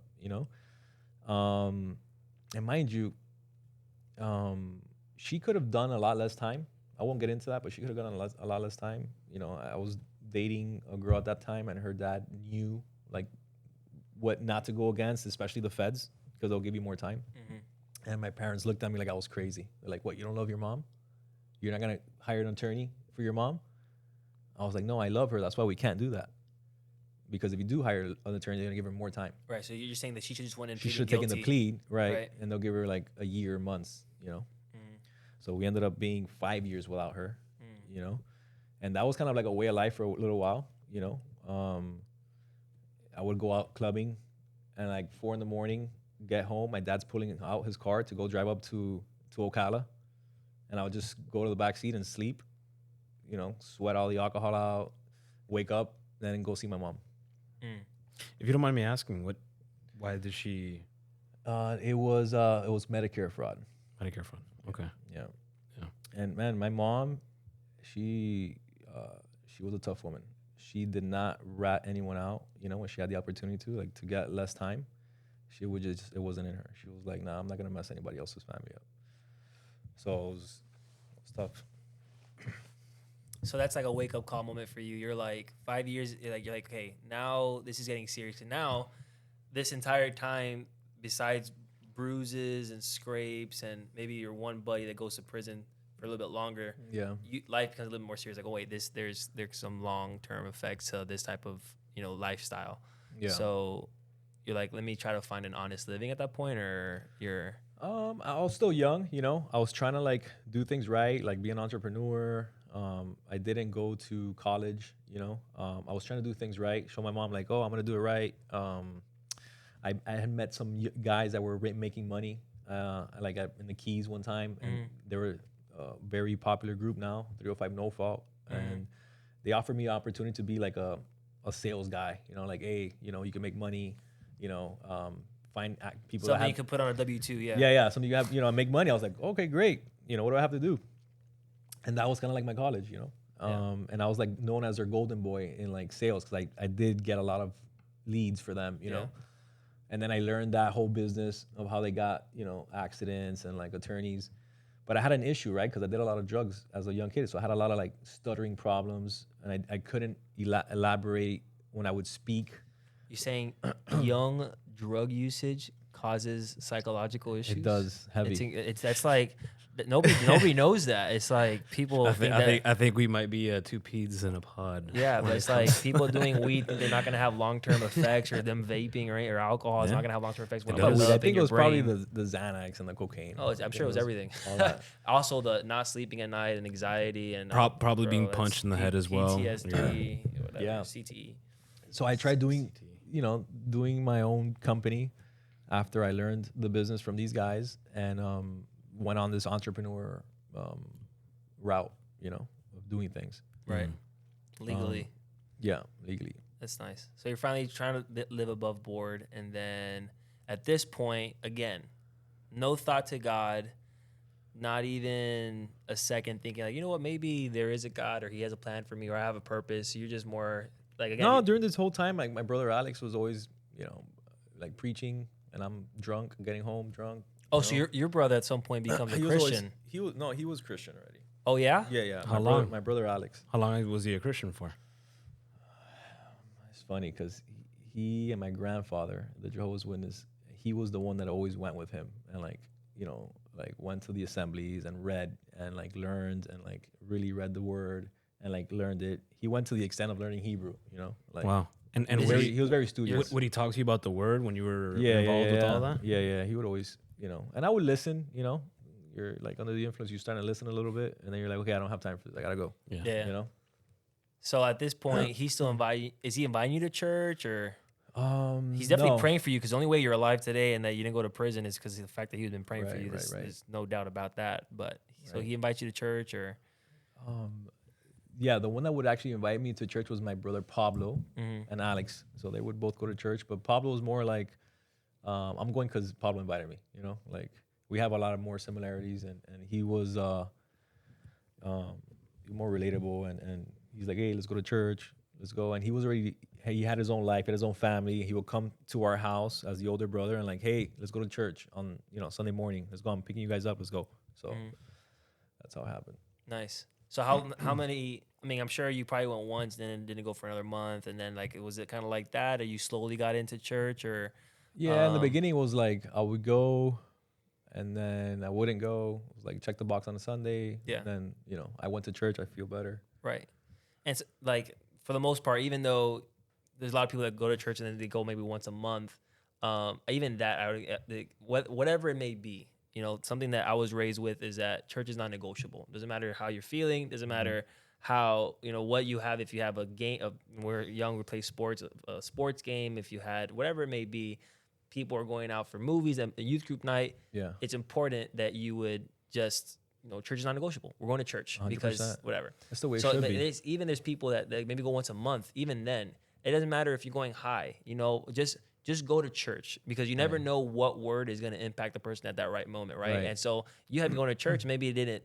There's never a moment where you're really like, okay, I'm like, I got it. Like God really broke into your heart until there was probably one day that did, right? Where you're like, you know what, this word actually impacted me, and I like you kind of wake up. It wasn't a word. It wasn't a word. It was an experience.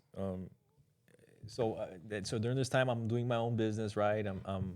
I'm like trying to go to paralegal school. I'm paying out of my own pocket, trying to do good, right? Right. Trying to like better my company, right? I had my own little vanity number,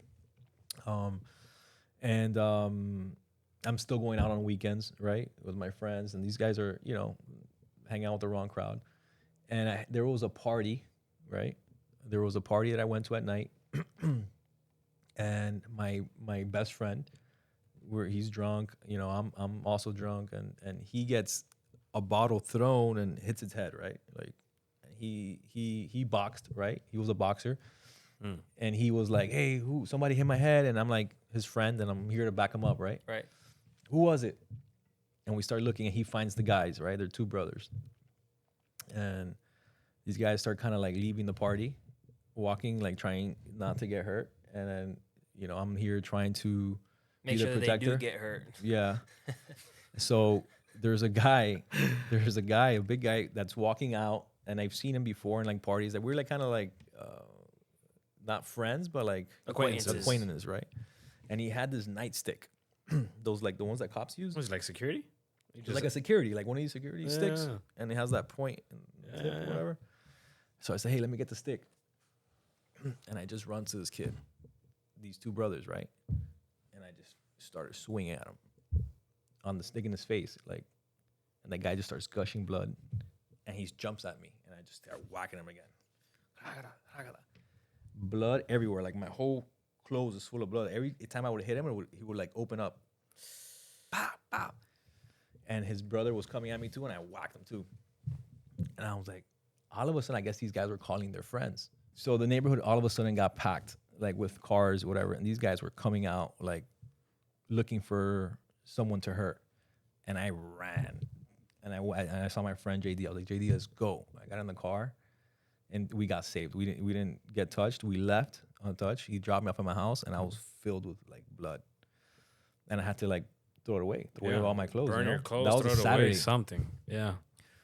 That night I had a dream, and it was almost like replayed, the same thing that happened, but instead of the two brothers that I was hitting, it was like my brothers. Like I saw their faces and I was hitting them, and I woke up like it was a nightmare. And my brother's like, "Hey, let's go to church." Yes, And you're like, yeah, I'm there. going. Right. Yeah, because it was like a weird, like wow, I almost killed my brother. Like that was my brother. Right. And that seed was what planted me to start going. Like I felt like I really hurt someone. Right. And I repented and I started going, but I was still kind of in one foot in, one foot out for a while. Right. Until my brother had introduced me to your father, to Joaquin. we had the meetings at Arabian Nights in Doral. That's where it started. The men's And, group. The men's group. Yeah. Yeah. And that it was an afternoon. And during this whole time, I'm doing business. Before that whole encounter, I was an entrepreneur, right? And I was working with a clinic owner, a medical center owner. And this guy, I saw him like literally almost like a father figure. Right. Like this guy is, I'm gonna work with him. He's gonna take care of me. Had a lot of money. I would sign up like anyone who had a car accident. I was acting as a paralegal, fill out the forms for the attorney, and they would get treated at his medical center. and he would always take care of me. He would pay me for that, right? Right. It came to the point where this guy was also not legit. He was doing fraud, right? So he used me as like a way of getting cash out to pay tow truck drivers, Right. right? And I'm thinking this guy is not going to do anything to, Right, because you're seeing hurt him as a me. father figure. You think you start I trusting trust this guy, him, right? I started trusting him. He took me to his house and he'll take me out. He seems like a stand-up guy. Like he's Yeah. somebody to he's in a good example. You think? Right. He's Right. very, very prosperous, And little did I know, he was using me. He was like using me to cash checks for him, Fast forward, changed my life, right? I started going to these men's group. First time I go to the What is a Man meeting, we were going over the Maximize Manhood book with Ed Cole. It's a good book. Yeah. It's a great book. And that point, man, I remember like, I was completely lost. I didn't have a direction, and I was already out of high school. I was trying to find How my old were you way. at the time? I'm like 22, Yeah. And my brother's like, hey, this guy is legit. This guy is serious, black and white. And the whole time he's been taking me to like another church, and it never worked. It was no connection, right? I would go on a Sunday, and then it was kind of like go back to what I was doing. Right. But this one afternoon where I met your father, was a group of like 12 of us in this restaurant, and everything that your father was saying from this book, I don't even remember what chapter it was, but it was so black and white. It was like Yeah, you're first like confronted with truth. with truth, right? And it was so impactful to me. Like it hit me. Like I knew, like I've known this, and I've been living a lie. Like part of me like resonated with it. Like I know this is true.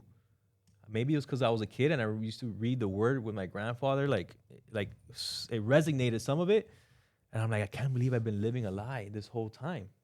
Yeah, it was another thing about like kids, like parents that bring kids to Sunday school and youth group. They think it's dumb. They think like why do I gotta bring to the youth group? Why do I gotta bring them to Sunday school? And you never know what seeds are that will enter at that age. Yeah. Will come later.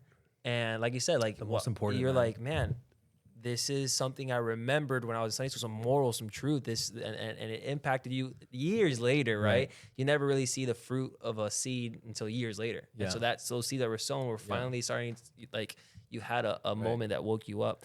Right. And so something that you said that the truth really pierced you, and that's Hebrews 4:12. It says that the word of God is living and active, sharper than any two-edged sword, piercing Yes. even to the dividing of soul and spirit, the joints and the marrow. It judges the thoughts and the intents of the heart. So that's what you felt, right? You felt like the word of God, the truth word of of God God just pierced you at that me. point. Yeah. 100%. And I was like, I made a promise right there and then. I was like, this is exactly what I needed. Like, I'm not letting go. Like, there's no way I'm leaving this place. Because I've been living a lie, and it was like, I was lost. At that point in my life, I was 22, still doing the whole car accident thing. And I knew it was shady. Like, it was like, it was a lot of gray areas. And I was like, man, I need a direction. Like, I need something real, because I'm already 22 years old. Like, at this point, you're like, all right. You start to look at life like, what is my life gonna is become? different What? at this point. Like Yeah. you gotta like, okay, where am I headed? That frontal lobe is That frontal lobe is evolving, starting yeah, to yeah. form. And I'm like, okay, this man knows what he's talking about, because everything he's saying right now is hitting me hard, and I'm not leaving this place, And at that point, I was dating my wife is, right, Natasha. I was dating Natasha at that point, and I was gonna move in with her, I think that was the plan. I was like, all right, let's go, let's move in together. And then your dad had shared something from that book. He said, or I think I went up to him at the end of the meeting. I'm like, hey, listen. And he had mentioned in the meeting, he goes, what starts wrong ends wrong. And I told him, that I had plans to move in with Natasha, but I've never had a successful relationship ever. And he goes, yeah, what starts wrong ends wrong. Don't do that. Take some time and get to know her. Which is crazy because the world is all about test the car before you commit to it, right? Like you're supposed to, like how you not gonna live with somebody? What the truth is, and the statistics are that people that cohabitate is what they call before getting married, they are more likely to get divorced. And so what you think is actually benefit and what the world gives as carnal wisdom, in fact, is what causes a lot of destruction, right? People thinking that that's what you're supposed to do. Right. But in reality, it's not the case. They want to test the car before. And the Bible says, it's for this reason a man shall leave his family and be joined together with his wife. And it's not before that. It's after he becomes joined with his wife that you become a family and you move in together and you start doing life. And even us, it's crazy. Like people asking me like, wait a minute, you're engaged and you have never gone on like a solo trip with your wife, or if your fiance, you're engaged and you're not living together. You've never slept with her before. Like, what are you like? They look at me like I'm like we're Martians. Like, why in the world would you not? But what if you don't like? What if the sex not good? And it's like I don't know, a great one of the sayings again. When you hear church, you hear so many good stories and good tidbits that's obviously biblically based. Is like, if you've never had pizza before, when you first try pizza, how do you know if it's good or bad? Right. Is it going to be good or? Yeah, it's going to be incredible. I'm allergic to pizza. So guess what? If you there's never a bad pizza. Well, but I'm just saying, it's like if you never, and that people think that it's good to date, it's good to explore. You like that, right? You never heard that before? Like that. He said there's never a bad pizza. But that's the truth, right? Like it's the fact is that if you don't get involved with these things, your marriage, right? And that's what the plan is for God. God's plan for every man is to have a fruitful, a blessing, heaven on earth family, a marriage, relationship with your kids. And it starts off with starting things right. Starting right. Not sleeping around. Right. I never knew what that was. I never to that point, I was like, I had dated multiple girls and it never lasted more than a month. Right. Wow. And it's not, and these are things that you learned, not because you were ill-intended, but that's what the best that your dad had, the best that your uncles had, the best your brothers had. I wasn't taught. Right. Right. And then they weren't taught. They weren't taught. And then they said, that's the way to be a man. Multiple. And they have I love the Bible verse, again, another Bible verse that says, there's a way that seems right to a man that's end is destruction. So we can try our very best, right? And then another Bible verse says that there's many plans in the heart of man, but it's God's that is successful and that brings, what is God's, a perfect fruit. Right. So you're confronted with this and he says, don't move in with her. Yeah. And what's your reaction to that? I freaked out. I was like, what do you mean? I just told her we were going to move in. So like, how are you going to go tell her now? No, you're not. Yeah. And obviously I had met with him and he spoke and he, and I remember Omar was there and he said, he also instilled a lot in me too. Another pastor of the church. Right. And, I had an issue. I was like, I can't be with one woman. Like, I don't know. Like, honestly, even with Natasha at that point, I was like, how do I know she's the one for me? Yeah. Like, I didn't know. No one's ever taught me. How long were you with her for before all this? Maybe a year. So this was your longest relationship? Yeah, it was pretty serious. We're getting into a couple months, like into the year. Right. Yeah. That's another thing, by the way, because a lot of manly internet personalities are like, it's not a lot of them, some of them that have a lot of a big following. They hear all the time, having multiple women is good. In fact, they even use the Bible. Look at the Bible, look at the Quran. All these biblical men had multiple wives, and what they don't know is that every single instance in the Bible where one man had more than one wife or more than one relationship, it was always a mess. It was a mess. It's always there's jealousy. There's Joseph's brothers literally sold him slavery because he was a favorite child from the favorite wife, and it's just all these issues. When you look at the original design for man, God made Eve. Yeah. Not Eves. It was one. Right? You made one. It's one wife, it's one man and one woman that love God and fulfill his purpose for life. That's it. And so again, you're like, how am I supposed to only stay with one person the rest of my life? Right. After you had just had so many,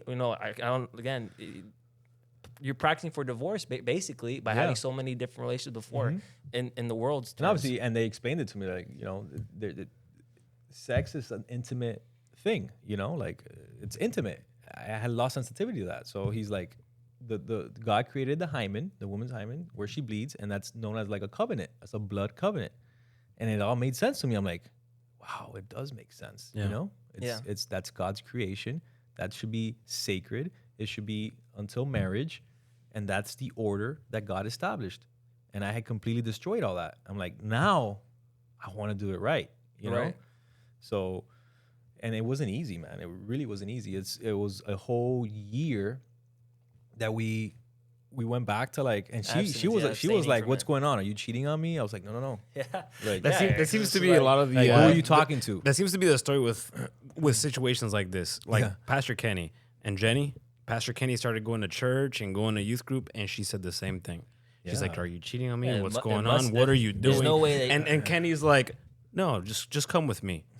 She shows up, and then she gets converted. So I mean, that's No, usually Tasha wasn't that simple. She was like, "I'm here, but I think you're still talking to someone." I was like, yeah, Because yeah, knowing who you were before, right. there's no way And that where you we went. met and the whole thing, yeah. Right. But so what was your conversation to God at that point, right? Because I don't know if you had a come to Jesus moment where you prayed like, God, I repent and I need you to make me new. Like, was that at that moment, or is that throughout that year? Or how did that happen? Man, I think it was. That you're like, I God, was please change this. always skeptical. I didn't trust anyone, and I had a lot of trust issues. I didn't really trust anybody. So when I met your father, I remember he had an event at his house, and I think it was a baptism or something. And I saw like everyone there. It was like so genuine and happy, and I was like taken back. I was like, oh my gosh, this is real. You know what I mean? Like I want this. You know what I'm saying? Right. And that's when I came to the realization. I was like, yeah, there's no going back. Yeah, my dad says this analogy all the time, but once you taste ice cream, you no longer want to eat the crap, right? When you've been eating crap your whole life and you get one taste of real, authentic goodness, Yeah. the Bible says, taste and see that the Lord is good. Exactly. So I tasted. And you're like, this. There's no going back. Yeah. Yeah, I didn't want to go back. And it was beautiful. I was like, I never imagined like family and you guys, you and your brothers, because I would compare. I was like, man, me at 16, and I would look at one of you guys at church, and I was like, wow, Yeah. Like this is real, Living with like, purpose. these guys are straight arrows, like striving for what's forward. You know what I mean? Right. Like striving for something living, great. Yeah. living great. So I'm sure it's tough for both you and Natasha during this time. You already planned things out and what you're gonna do when you have a vision and she had a vision. How does it look like now, and how are those conversations like after certain decisions have been made and now you have to regress? Was there any, fights or disagreements, or how did it look like for her to finally get to the point where it was like, okay, I'm on board with this? She was always on board. I just think it was hard because we came from, mind you, your whole life you're living it the opposite way, and then all of a sudden you change, right, from one moment to the next. It's abrupt. It's abrupt. It's an abrupt change. I remember a friend of mine who would hang out with me back then in Southwest, and he became Christian, and he would say that he said, "No, I'm not, having sex until I get married," and I would make fun of him, and I was like, "You're freaking crazy," Now I see myself here, and I'm like, wow, but it makes sense, like now I understand. And at that moment, she wanted it, she wanted to give up her life. She was also tired of the night life and the night scene. And she also has her own testimony as well, which is crazy. And, she wanted truth. She wanted, what was shown to us, the fruit. We saw the fruit around us. What are the odds, huh? Both of you are ready and hungry at that specific moment to make that change. So it was like, and there's plenty of people that it's not the case for both people, where Yeah, one person gets exactly. saved and then they have the hard choice of saying, look, Yeah.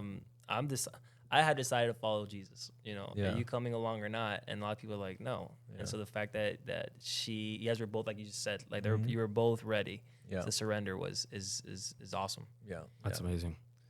yeah, it was a divine appointment for Yeah. sure. Yeah. So you guys, a year in, you're 23, I guess at this point, or 24.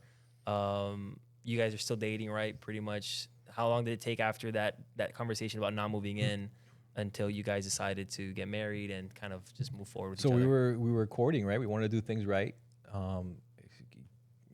Stay as clean as possible, pure without Yeah. intimacy until we got married. It was hard because we didn't even have phone calls together. Like she wouldn't call me, and she would try, and I was like, no, let's do it the right way. I was so gun ho. I was like all the way in. Right, You because had your blinders on, and you're in a race, And that's and you the got thing. to This win. man said, do this. This is what I'm doing. You know what I mean? And people don't understand that, like, when people have a crazy background, a lot of people like They to go cold judge. turkey. Right, but a lot of people like to judge and be like, well, why is that pastor giving that person that type of guardrail and boundary? Right. And that little extreme is like, well, if you knew who George Smith was before, this is actually not extreme enough, right? Like because again, one moment of weakness and you're right back in the world. And then the worst part is that the devil loves to start baiting you when you start going the right way, when you start following God's plan for life. The devil throws as much temptations as possible because he knows if he gets you one time to fall again, he'll just put a mountain of shame and regret on you, and you'll feel like that, and you're like, I can't go back to church because I messed up, and what everyone gonna think, and so that's why you're like, I don't want to receive a phone call from you because God knows where that will lead, and so I'm gonna make sure like everything was above board, and I was listening to the pastors what they were saying. It's funny because the Livingstones used to gather up at your grandparents' house. Yeah, Livingstones was the college group. Yeah. And I remember it was our first meeting, right? We were gonna go. It was me and Natasha. We were together in the car, and we had a choice.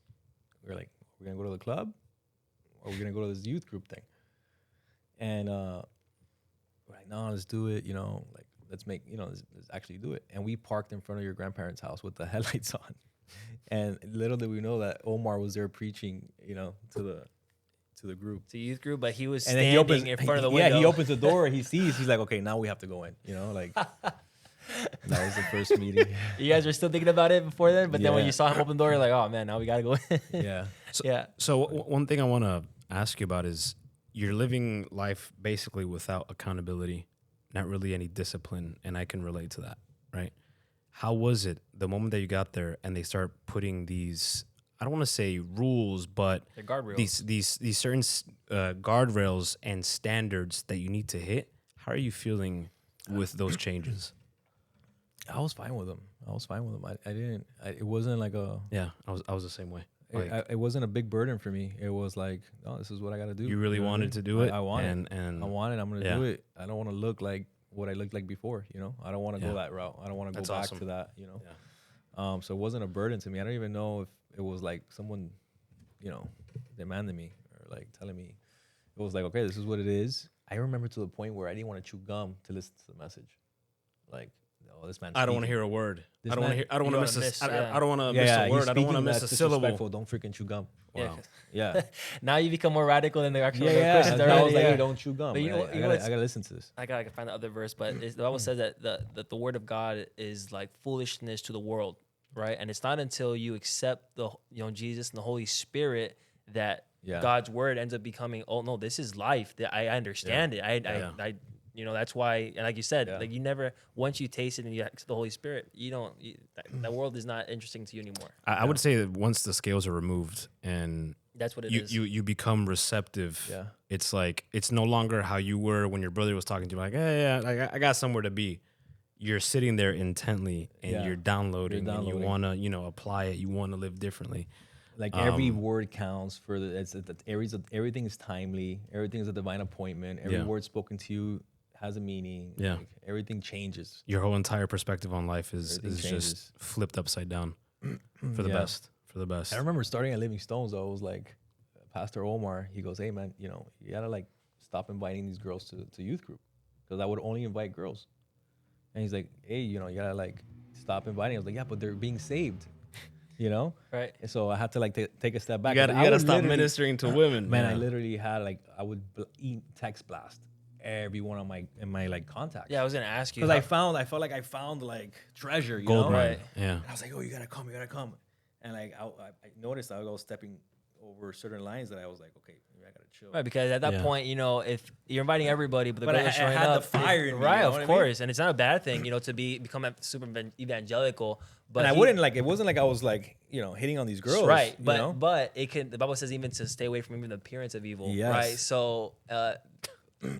They Yeah. see Mr. Smith here with with blue eyes, and they're like, "Hey, this guy's invited me somewhere. I mean, he must really be interested in me, Right. right?" So, and I'm sure the ones that were there for God, they, They I invited wouldn't me. even look at them. George Smith just hit me up and he invited me to a Getty. yeah, right.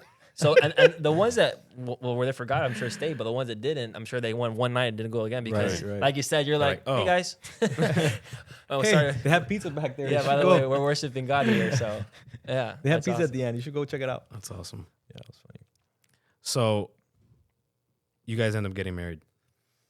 We end up getting married. Yeah. Okay. So that's where the question was: how long after you start coming to church do you like? All right, we did it the right way. Let's get married because it's time to. So we were about a year and a half in, and I'm like dead broke, right? But I know this is the next step, right? And this whole conversation I had with your dad before, I was like, because I didn't know she was the one for me, right? For me, this is the hardest thing, right? I'm like, Because Yeah. you don't want to break her heart, right? Because now you're not telling only her, that, I'm gonna marry you for the rest of my life. my Yeah. mom didn't approve, Right. and At the in, time. in Cuban culture, Yeah. Of course. If Mama says no, Mama it's says a no. it's a no. You automatically X them out. Yeah. So I had to have this like moment with your dad. I'm like, I need to talk to you.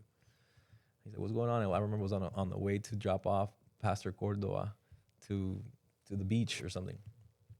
And he goes, I said, listen, how do I know? How do you know if a woman's for you or not? Like, how do you know she's the one that God has for you? Right. And he was so simple. And he's like, all right, does she love God? I'm like, yeah. Seems like she loves God, yeah. Okay. Does she encourage you to seek God and love God?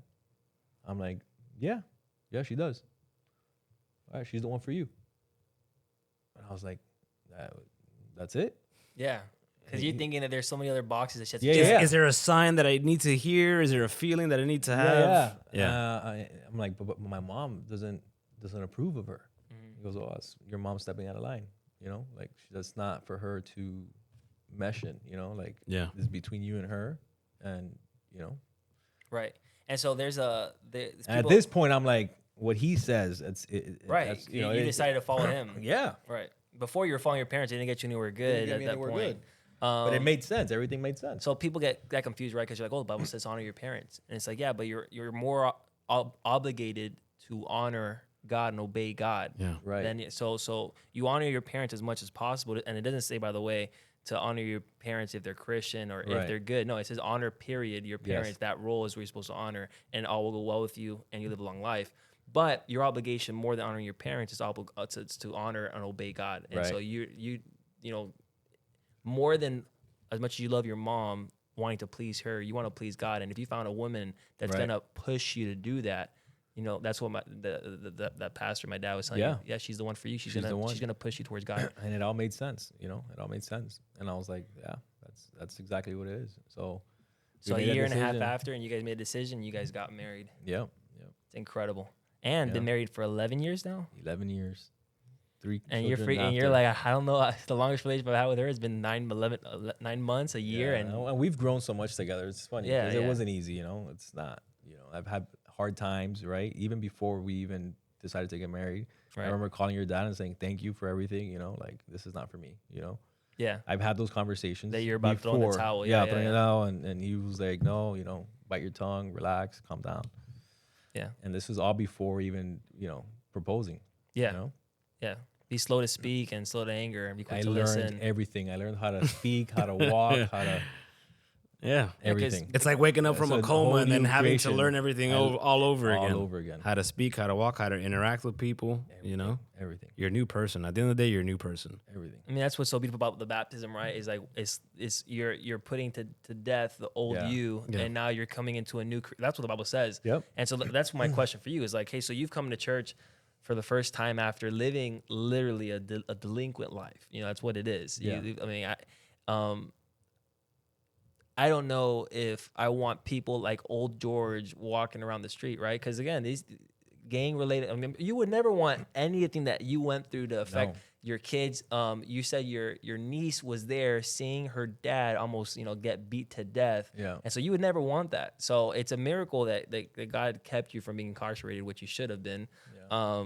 But he kept you, and God works in mysterious ways, and he knows what was best for you is to stay out and to come into contact with my dad and Bishop Joaquin. So all that to say that you're now starting this new life. You're following after God. I asked George this. Did you ever feel like a fraud? And you said it. Like, there's sometimes I wanted to throw in the towel. I wanted to quit. But did you ever look at other people's life and think like, you know what? I can get there, and I can achieve having a good family, having kids that love me, respect me, living in peace, living without alcohol. How Right. about that? How was giving up alcohol and drugs and stuff like that? Was that difficult or the same thing? Like, you're like, No, it was at that point. I wanted it so much that I was clean. I was like, I don't want it. Yeah. Radical. Yeah. Like my mom was concerned. My brother's like, hey, what's going on? I was like, bro, nothing. well, it's crazy that they're not concerned when he's in gang violence. Is everything They're all not right? concerned then, Is everything all right? You barely touched your weed. Is it Yeah, like, yeah. What happens? You're not drunk. You're not slurring your words. Is everything everything okay? all right? Crazy, right? Going to, Crazy. wait, you're going to church on Sunday? Yeah. Now is when they start questioning it. Like, That was- Exactly. no, before it was like, oh, it's you're good. Guilty, man. But now it's, wow. That was Wow. a liar, man. Okay, so you say you're dirt poor, right? So then how did that even, because again, we just talked about in your intro, you have a very successful business. So how do we get from Yeah. So there to there? so I was trying to like make money on my own with this whole accident business. I had some money saved, and then all of that got blown in the wedding. And I'm like, wow, now I'm gonna really start from scratch, and I have this whole responsibility on my shoulders now. So, we move into an efficiency in Hialeah, right? 49th Street, I'll never forget, and West 4th Avenue. It's like little love shack right next to a house, the side of a house. And at that time, I'm still doing this accident business, and I get called from the Internal Revenue Service, right? The IRS. People say you only fear two people. Or two entities. It's God and the IRS. The But you IRS. know who's dealt with the IRS when they say the full name of the IRS? Yes. Exactly. He said the Internal Revenue Service. Yeah. How many letters have you written to them? It's crazy. So at this point, they start calling my phone and they're saying, "Hey, listen, there's an amount of money here of checks that has not been accounted for under your name." And I was like, "You got the wrong person." Click. I would just hang up on them. Oh, that was the old George. That can't be me. I'm the new George. Yeah. I was literally hanging up with them, Right, and they had reached out to me until one time I picked up and she goes, "Listen, you need to hire an attorney or someone because there's these checks written out and you haven't paid tax on them, and it's a large sum of money, right?" And immediately I started thinking, and she mentioned a couple of like names of like corporations or something, and I completely just went cold. I was like, whoa. I was like, okay, what do I have to do? She goes, set up an appointment at your accountant's office, CPA's office, and I'll meet you there. And this is, Oh, there's a field agent here in Florida yeah, reaching out. reaching out. So I meet with her at my CPA's office, accountant's office, and I'm so ignorant, man. I don't know anything. And she goes, okay, so what are these checks written in? This is like 5 years prior. So this is right before the 5-year mark. You have the, what is it called? The statute of limitations. Yeah. And she says, okay, back in 2010 or something like that, there's these checks written and they haven't been reported. I'm like, oh yeah, I used to cash these checks and I would I'll cash the money, I'll keep $500 and I'll keep the rest of the money to the guy. She looks at me, she goes, I'm gonna make believe I didn't hear that right now. She looks at my CPA. I recommend you talk to your client and get back to me. And she looks at me, my accountant looks at me, he goes, George, do you know what you just said? I was like, it's the truth. You know, I was gonna That's hold. the truth. What do you want from me? I was You straight didn't up. know it was like Yeah, I laundering was like, or, at that point, or whatever I'm ready, it was. You know, I'm going to church, and like, Yeah. my past is my past, but it came back, right? This is right before the 5-year statute of limitations, and I had just gotten married, and it was a big deal. I owed a lot of money, right? And man, I got You don't got to say a specific amount. no, We're but gonna- I we're gonna got say I got depressed. It was like multiple six figures that I owed. Multiple six figures. to the IRS. Yeah. And I honestly at that moment I had just gotten married. I started from zero. Now I'm like, wow, I'm starting from negative 300,000. You're like, first, So no, I'm not just broke. now I'm like worse than It's broke. only up from here. you guys are laughing, but I was depressed, bro. Yeah. No, I got like really depressed. Like I would go now to church and I couldn't understand. I couldn't even listen to the message Right, because anymore. what were they saying that the consequences was going to be? They said you have to. So I didn't know at that find out point. I this- didn't know what the Okay. consequences were. At that point, right? I started talking to Carlos Pargas, An accountant. an in church, accountant yeah. that had already had experience with the Internal Revenue Service. And then this guy was medicating himself. This guy was medicated. I was like, dude, that's exactly what I need. How'd you know? I was like, I need this Right. medication. Because To help with literally, anxiety and think about depression, it. yeah. I just got married. My beautiful wife, right, my bride, cooks me lunch and dinner, and I can't eat her food. Yeah. Yeah, you can't think. Can't even. You can't. What else could you be thinking about It's besides stuck this, in my head. this dead? And now it's bedtime, time to go to bed, and I can't go to sleep. Now I wake up in the morning, and I don't want to be awake. Like I'm like, why the heck am I awake? I don't want to I'm like deep depressed. Like I couldn't eat, and I remember I was like, man, I need help. You know, I started talking to Pargas. I'm like, maybe he's not the answer because this guy wants me to get medicated. I'm like, I don't know. I'm like, I do need it, right? I'm like, I'm down to take medication because I think I need it to cope. And I spoke to Jules. And Jules was my lifesaver. Yeah. He's a Pastor Jules, but he's also Pastor a Jules, licensed Licensed psychiatrist. psychiatrist. He did surgery on my brain. Hmm. I called him. I was on the way home. He goes, listen, I'm here at Joaquin's house, Pastor Joaquin. If you want to come back, and I'm in the Palmetto, like by getting to Hialeah, right? I'm like, do a U-turn. Are you making that turn there to go? And I got off on like 58th Street or something. Yeah. Did a U-turn, went back, and I sat down with him. He goes, literally, he's like, okay, what's the issue? I was like, this is the issue. I owe the IRS a lot of money, and I think I'm gonna go to jail. And that's creeping into everything. Yeah. He goes, what's the worst that can happen? I was like, I go to jail. He goes, okay, and after that, what's the worst that can happen? I'm like, well, my wife stays alone and I'm in jail for I don't know how long. Yeah, but you got us. We have family here. What's the worst that can happen? Like, we'll take care of her and we'll wait. So he literally like dissected, like he went in my brain and walked me through every bad situation. And I felt better. And I was like, you're right. I'm at peace. What's the worst that could happen? I think he tapped into the psyche that didn't make you scared of going to prison when you were doing gang violence. You walked me back to that when the Yeah. frontal lobe was all discombobulated. And then you're like, you The know what? frontal He lobe was constructed not- it. Oh, He that's just- right. I used to not care about I used to prison. not care. Why do I care so much Right. now? It's funny. So that's brought you a little bit of peace. brought me peace, right? Long story short, I hired an attorney. Now she had to escalate it because the amount of money was a lot. So she had to escalate to her superior and meet at my attorney's office in the Grove. And I'm This sure was- you're praying to God at this whole time. You're like, right? bro, What else? This is like torture. Right. There's nothing else you could do. So you're like, God, do something. You know, I've heard about. Don't get me wrong. Like miracles. I felt better, but it would always kind of like creep in. Of course. you know, Oh, down there. 100%. Of course. Yeah. That's what I'm saying. So I'm sure you were praying nonstop. Yeah. And man, this guy had mercy on me, man. What were those prayers like, by the way? God have mercy on me. Yeah. You know, like, yeah, that's it. It was like, God have mercy on me. You know, I'm trying.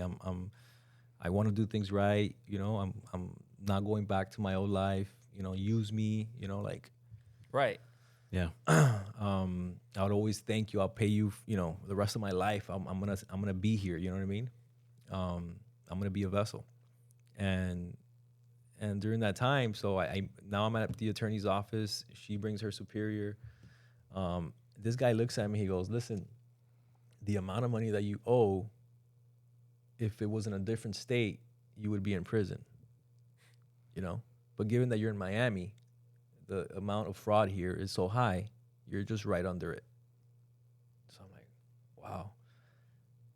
He goes, you know, you remind me of one of my kids, or one of my sons. And he gave me, like, he sliced that amount of money, like, by I don't know how much. And I told him, listen, I don't own anything. I own a Nissan Murano. It's a $6,000 car. That's what I have to my name. You know what I mean? You could tell I didn't take this money. Right. He goes, okay, you're going to do payment plan, you know what I mean? To whatever you can afford. And you're going to, he sliced it by like, bro, I owe like down to a 10%. third, like 10%, something ridiculous. Wow. And he had mercy, like, look, things like, you know, and I pleaded with this guy. I told him everything. I was like crying, like, you know, like, please help me. Right. And he's like, you know, You told him about your recently. yeah, like, look, I just got giving it to married, God. you know, I just gave my love to God, and this is my life. Right. And he showed mercy, and he sliced that whole amount, bro, like 10%. And we say he showed mercy, but that's God again. God, Man. God was there. God is like, I got your back. He fought that battle for you. Yeah. That's incredible. Yeah. That's What incredible. did you feel after that? Relieved. You know, and it was still hard because for me, $1,000 extra a month was a Yeah. lot of money. Yeah. Yeah. You know, So it's like I got to anybody, come I up with mean- $1,000, and I don't have a job. You know what I mean? Like, I was trying to do this whole medical thing. Now I'm in real estate now, right? And I'm trying to make it happen in real estate. So I don't have a salary. So I'm like jumping like off the building to like learn everything on my own, you know, like trying to learn and cold call and like meet people, you know, and it's a hard industry, you Yeah. know, commercial, industrial real estate is hard. So how'd you get into so can you walk us through how you got your license? Because I mean, I'm sure with, you know, because I know there's a process to getting a license, and they don't approve Yeah. everybody. There's definitely Right. There's a process. So at this point, I'm working with my brother. He had an anti-aging clinic, and I was doing the accident thing, but I wanted to transition to something else. And I wanted to like franchise his medical thing because it was called Body RX, and it was all anti-aging and stuff like that. It was like a med spa.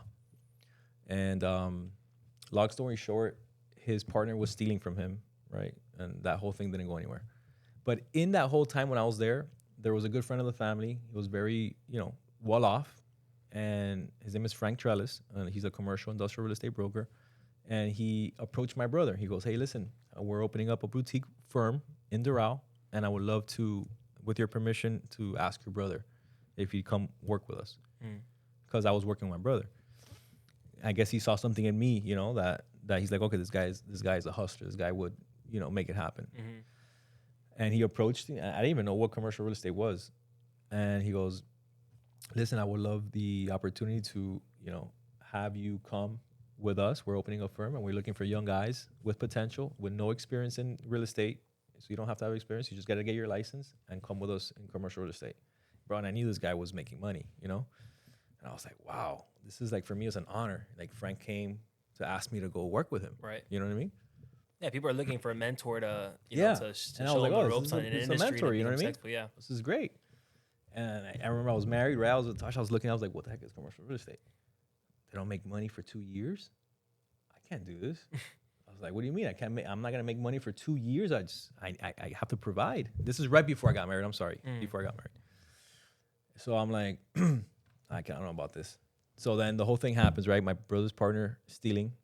My brother walks away, and I was like, what do you mean? So everything kind of just closes. And I was like, all right, this is my route.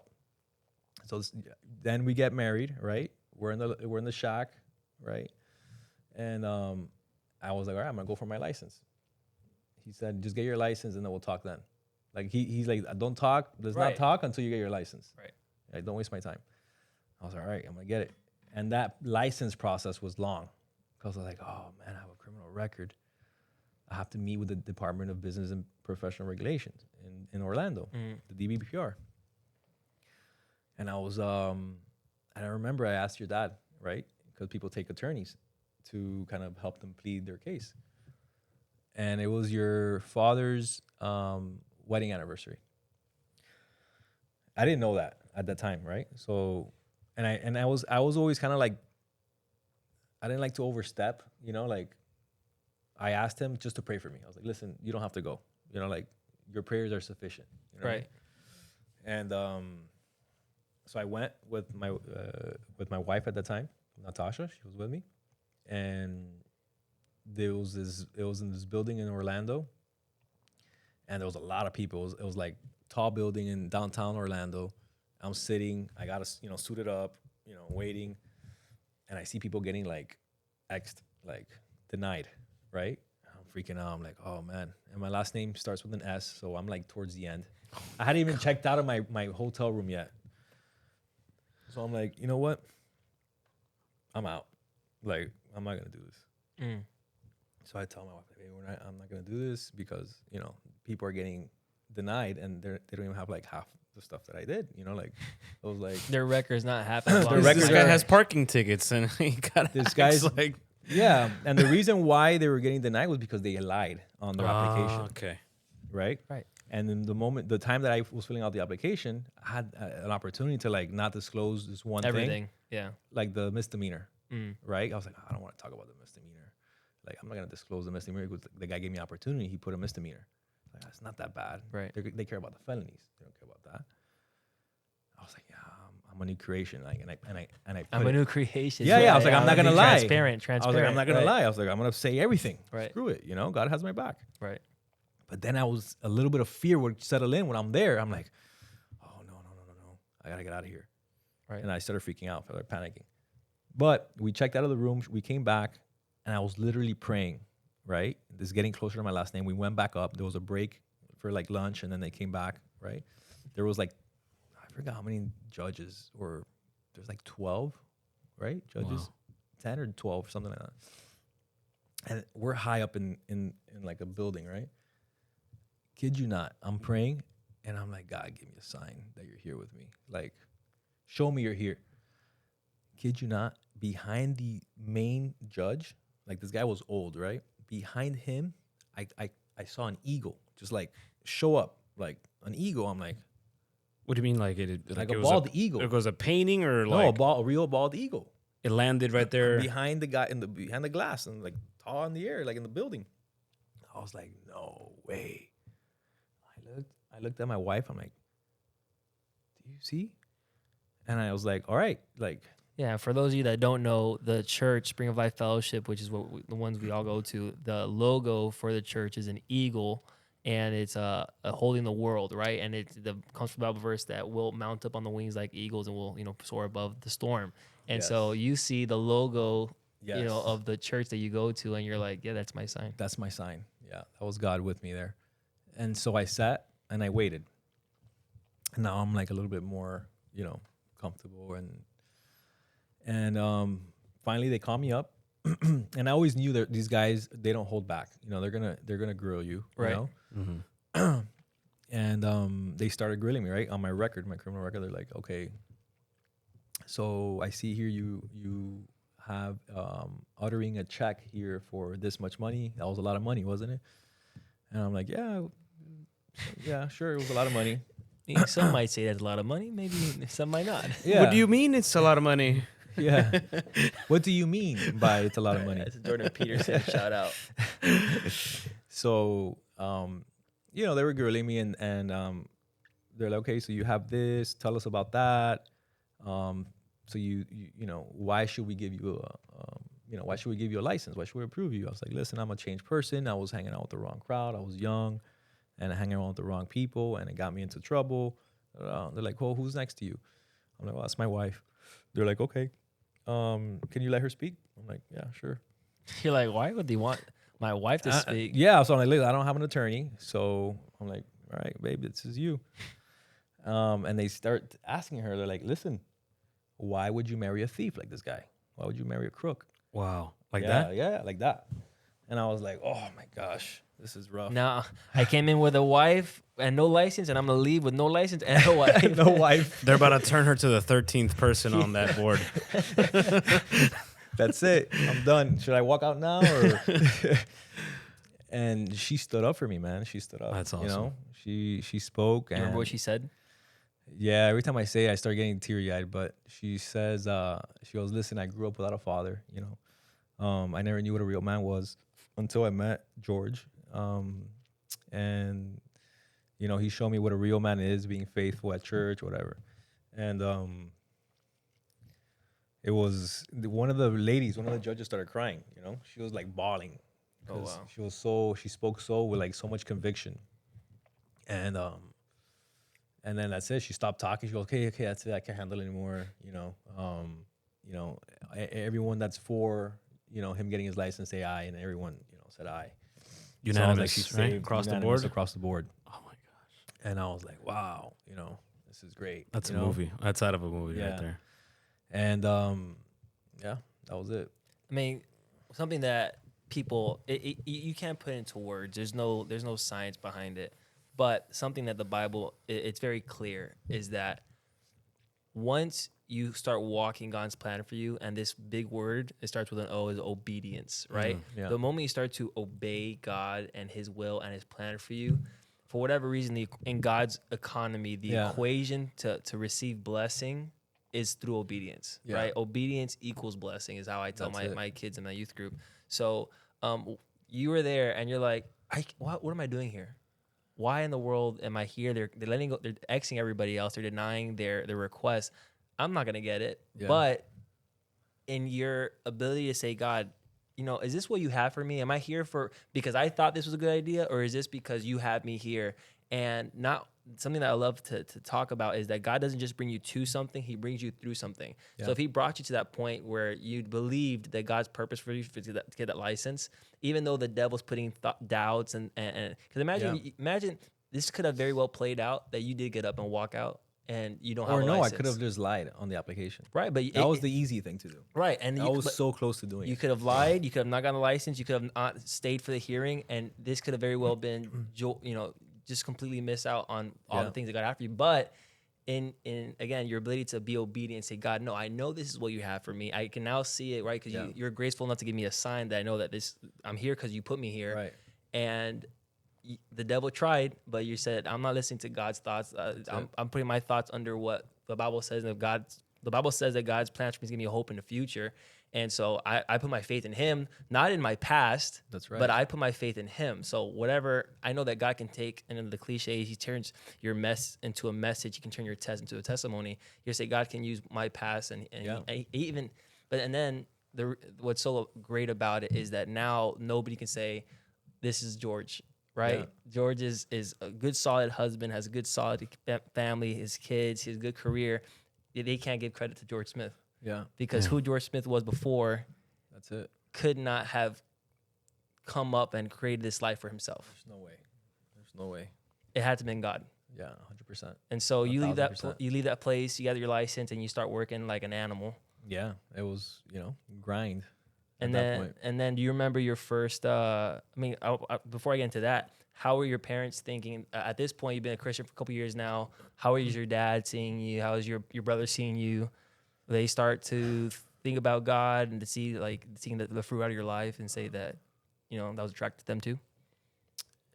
They were happy for me. You know what I mean? They were happy for me. They saw that I was changed my life. And they were really, my dad was happy for me. But as far as like them going to church with me, they wouldn't. They still wouldn't. It was good for George. It was good for George. yeah. He's very radical now. Yeah. And that's good for him. Did your mom also have the same sentiment, or was it different? My mom was still incarcerated at that time. She was she had a relationship with God there, and then I think like within this time period I'm married, she finally gets out, right? And she wasn't really into church or any of that. She liked my brother's church. She was very acquainted with them and all that. But fast forward during that time, now we're married. I started my career. I start, really hustling, right? I had to really work hard because now I'm like providing for even $900 for me was a lot of money. It was $950 my efficiency. I was like, man, this is expensive, Yeah. and you know, and then plus all the food I had to pay for, and then all the the bills. rent, the bills. Yeah. I was like, man, and I had $1,000 for the IRS thing that I had to pay as well. So I was like, I have to really grind. So I had no other choice. I was like, I'm gonna have to make these cold calls, you know. Yeah. But I was getting so anxious. I was like, you know, I need to make something happen. Right. You know what I mean? And God, you know, provided. You know, I remember Paco. Remember Yeah. Paco? Yeah. You know, rest in peace. He passed, but he was a very wealthy investor, entrepreneur. And I you know, spoke to him. I was like, look, I just got my license. I'm strictly doing commercial. And during that time, he was in the process of doing a 1031 exchange. For those of you that don't know, is when you sell a commercial property, you have to pay Uncle Sam his capital gains. If not, you have the option to buy another commercial property of equal or greater value. And so then he tells me, listen, I have, you know, 30 million and I need to buy a property. You know, I'm limited with time. So that means he was in a 1031. Music to your ears. I didn't even know. I didn't know what that was. Is this when you were with Cornerstone. I was yeah, at Cornerstone. yeah. Okay. And then you were doing calls to all the hotel properties that were on South Right. Beach and all that. That's I think I right. remember that. Yeah. I visited your office when you were. Yeah. It was during that time. Yeah, so I wasn't in an industrial office, but I was calling hotels just because I worked as a bellman. I worked in a hotel, so Yeah. hotels were always attractive to me. And then Paco ended up owning hotels, so I'm like, oh look, Look you at know, that. this is my chance to maybe sell a hotel. And so, long story short, we ended up selling him an office building in Doral. It was my first deal, and that was like I could breathe and work, you know. It was like a sigh of relief. Right. I could go to work and like make the calls without being anxious, you know. Right. And it was almost 6 figures, right? So I was Wow. able to pay Wow. a good lump sum to what I owed to the IRS, and then continue working, right? Yeah. So that kept taking off, and then we were transacting, and then I'm sorry, I forgot where I was going with this. Yeah, no, the fact that you finished you're starting your career out, you not need to provide for Natasha, you're starting your career. And I don't know, maybe we'll keep on talking, you'll remember it. But I think we're pretty much getting to the end of this, but this has been 11 years later, right? You not only that was Oh yeah, my mom gets out, right? okay, yeah. My mom gets out Right. of My prison. question was, how was your mom So throughout all this? so she would always go to my brother's church, but she gets diagnosed with cancer, right? Wow. This is already fast forward, you know, a couple years, and she had 1 year to live, you know, and it was a really rough time, and then that's when she started coming to Spring of Life with me. Nice. Yeah. Yeah, I mean, for the most part, She actually, when she got out of prison, she came with me a couple times. Mm. She would report to her PO. PO, and then a couple of times that she was kind of like embarrassed, you know, to use the phone at the church, and then she stopped, and then she got diagnosed, and she will come with me a couple of times. And yeah. I'm sorry. Go ahead. How would that feel for you to, you know, your mom finally gets out, she gets diagnosed with, that's tough, man. That's something hard to deal with, right? Super hard. You don't have her for 5 years. She gets out. She gets out, but she didn't get diagnosed right away. She was clean, you know, for a couple of years. You know what I mean? and then she starts going to Then church she's with having- you. How does that feel for you? Oh, it felt great. You know, she was amazing. Yeah, cause it's true. Cause you're thinking like, okay, yeah, finally, God, like she's out. She's getting to know you, God, and all of Yeah. a sudden, you know, she gets diagnosed with this illness, and you're like, you kind of. So a lot of people, you know, you question God, like, God, why would you allow something so terrible to happen? She's starting to, you know, she's already Yeah. becoming you know, she's following you. So Yeah. It was a It's- rough time. I during that time, I always thought she was gonna get healed. Like there was no doubt. I was praying healing over her. Like don't worry about it. You're gonna get through this, whatever. And she got worse. no, and that's, you know, there's some things that is left for God to know Yeah. and we'll never know, and it's there's worldly comfort and there's things that you can find that would, you know, everything happens for a reason. Yeah. you know, be thankful for the time you had with her.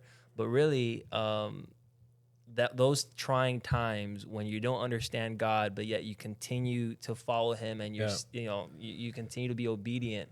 That's the testing of your faith is not when everything's going well, not when you served your first host. That was a hard time. I'll be honest. It really tested my faith. Yeah. She would tell me like, I don't want to die. You know, like, I'm not ready. I don't want to. And then when she passed, it was really a testing time for me. I was like, God, why did this happen?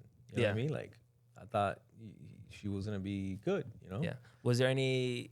You know, I mean, again, we're skipping like months and years of prayers and of really trying times. Was there anything that was a word of peace that you're like, okay, you know what, God? After.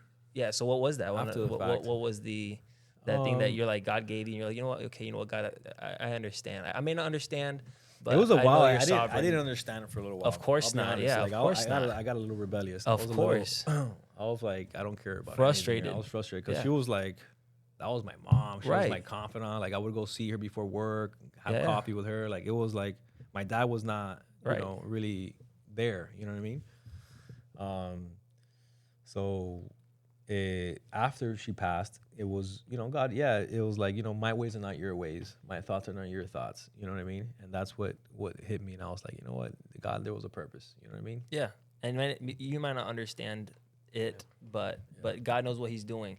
And something that I know people have said in trying times like that is, number one, you know, the Bible says that God's plan for our lives were written down before the foundation of the earth began, you know, so He knows everybody's beginning of their life, and He knows the ending of their life. It might be a surprise to us, right? It might be a surprise to you that, oh, my mom is going to pass away at a younger age, and you never knew that, but it was always part of God's plan. It just takes you. So nothing surprises God is what I'm trying to say. Yeah.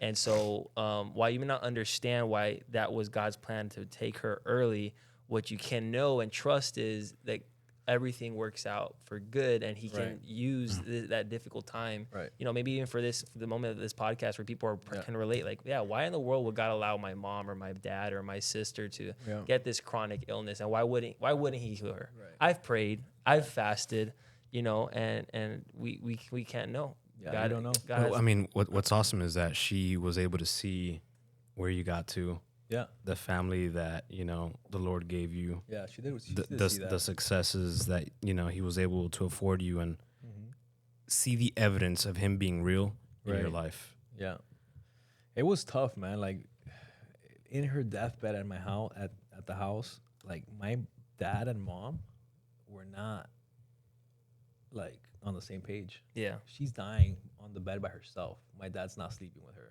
He's sleeping in another room, cursing her while she's dying. Yeah. And in my mind, I'm like, damn, like, this is the woman that was with you for, like... You took her out of Cuba. You dragged her away from her family. Right. You know what I'm saying? Yeah. So, fast forward, all that affects me, right? Mm-hmm. And then I find out a year after she passes, or 2 years after she passes away. Actually, no, I'm sorry, like 2 or 3 years, I get a message from Facebook, right? From someone, and this is a guy. He's like, I'm like, in Spanish. I'm like, who are you? He's like, oh, I knew your mom. I'm like, okay. I'm like, who else did you know? And he's like, you know, I just knew her. I'm like, it ends up being my biological father on Facebook. Yeah. So, and I end up. This is about now like a year and a half ago, right? I'm freaking out, and I always caught messages, right? So my life now starts backtracking, backwards, rewind, like things that would happen, right?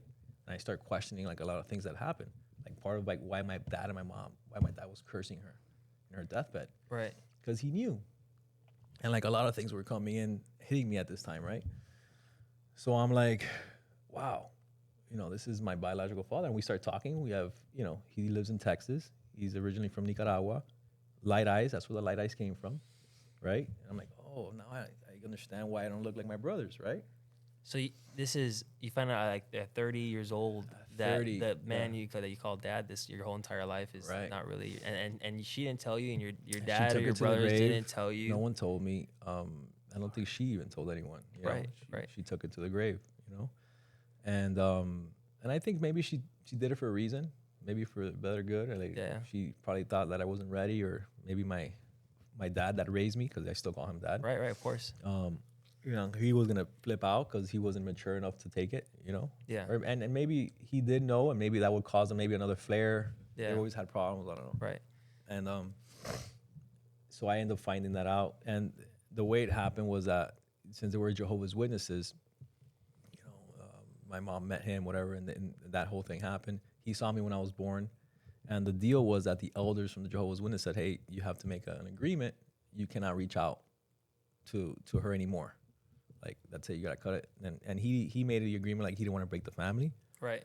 So he said, "Okay, I'll leave." You know, and that was that. So within the church, like kind of like organized, and they said, "Okay, you can't reach out anymore." Right. And that was that. No, and what's incredible to me is that, you know, if imagine past George without God, without having a solid Right. God being your rock, you know, what do you do with that information?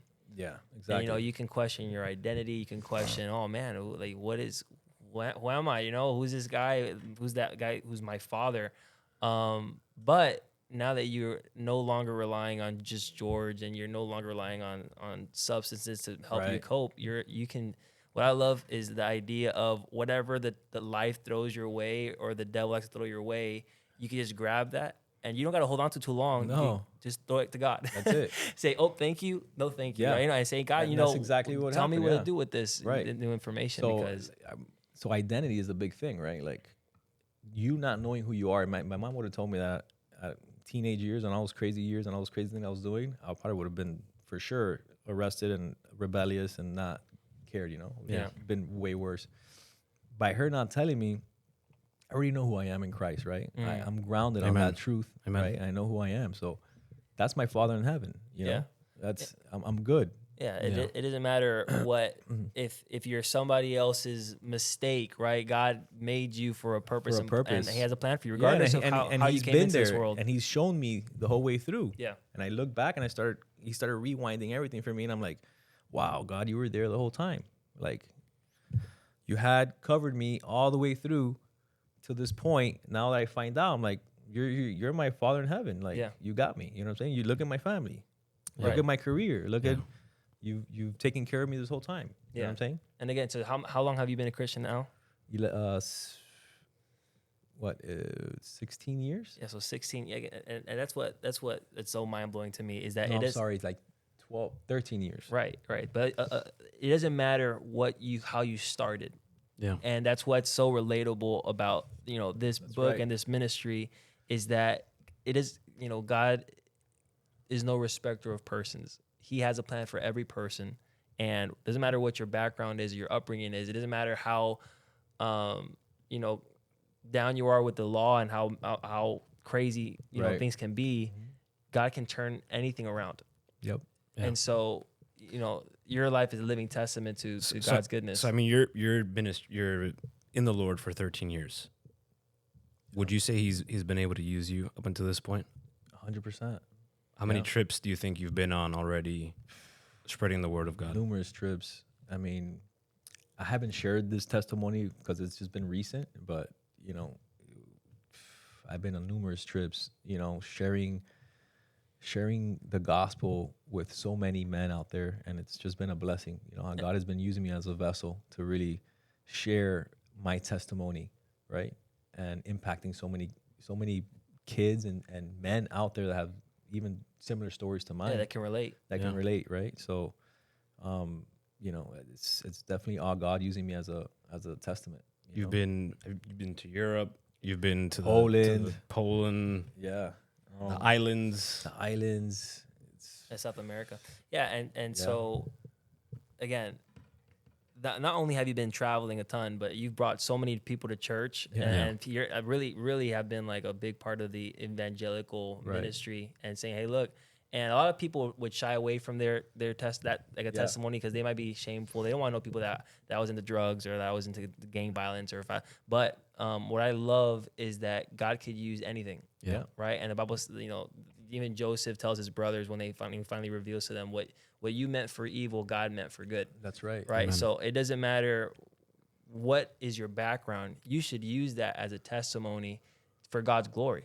100%. Right. Because you don't know who else can relate with you. A lot of people like to, it's Instagram where it's social media, Yeah. world where you want to put your best for forward. You want to talk about anything shameful. Yeah. But that's not reality. The Right, reality is right. we all have a past. We all have things that we've dealt with before. Yeah. But the message is that God can use whatever you've been through Exactly. for His glory. Yeah. And so, no, this has been an incredible episode, and we really appreciate you coming on. And real quick, man, Yeah. 'cause I gotta share this because like many times, right, like in the world, it's easy for me to kind of like boast about my career or, I made so much money or I've closed so many deals. I'm like, I don't want anyone to know me like that, because in reality, I'm a kid from Westchester, from West Miami. you have like imposter syndrome. Yeah, I'm like, I keep myself humble. I'm like, I'm really no one. God has been the one that had covered me through all that and taken me to where I'm at today. Yeah. Yeah.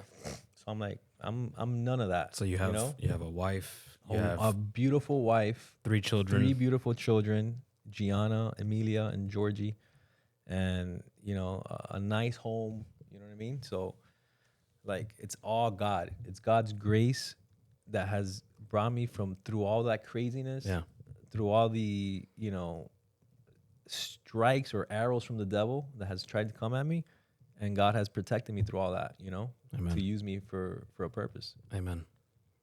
Yeah, and I'm trying to look for that was one final verse that talks about how God finds us. It talks about where God finds us, and it illustrates it like He found us in the dunghill. Yes.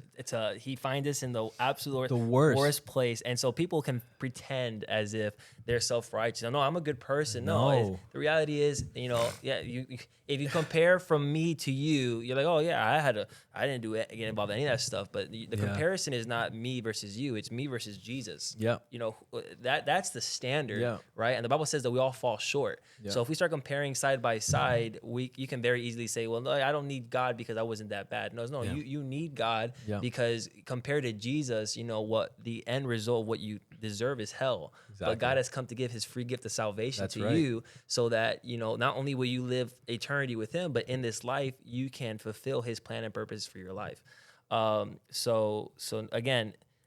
So the verse is Psalms 113, 7 and 8. He raises the poor from the dust and lifts the needy from the ash heap. He seats them with princes and princesses of His people. 1,000%. And I've seen that.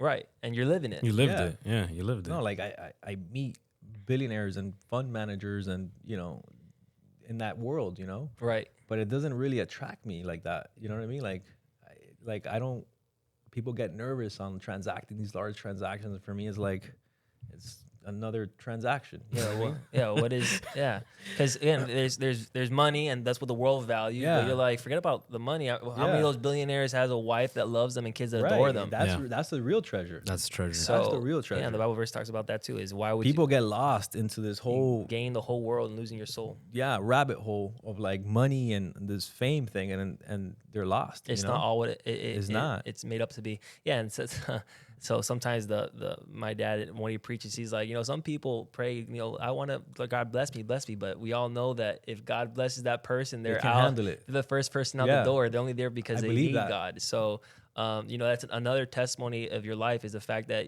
God has prospered you, Yeah. and you're like, I'm not going anywhere. Yeah. This is where I need to be, and 100%. it doesn't matter if I'm gonna follow Him when I'm rich. I'm gonna follow Him when I'm poor, when I'm healthy, when I'm right. sick. I'm gonna be on church on Sunday, and I'm gonna be 100%. worshiping God with my family.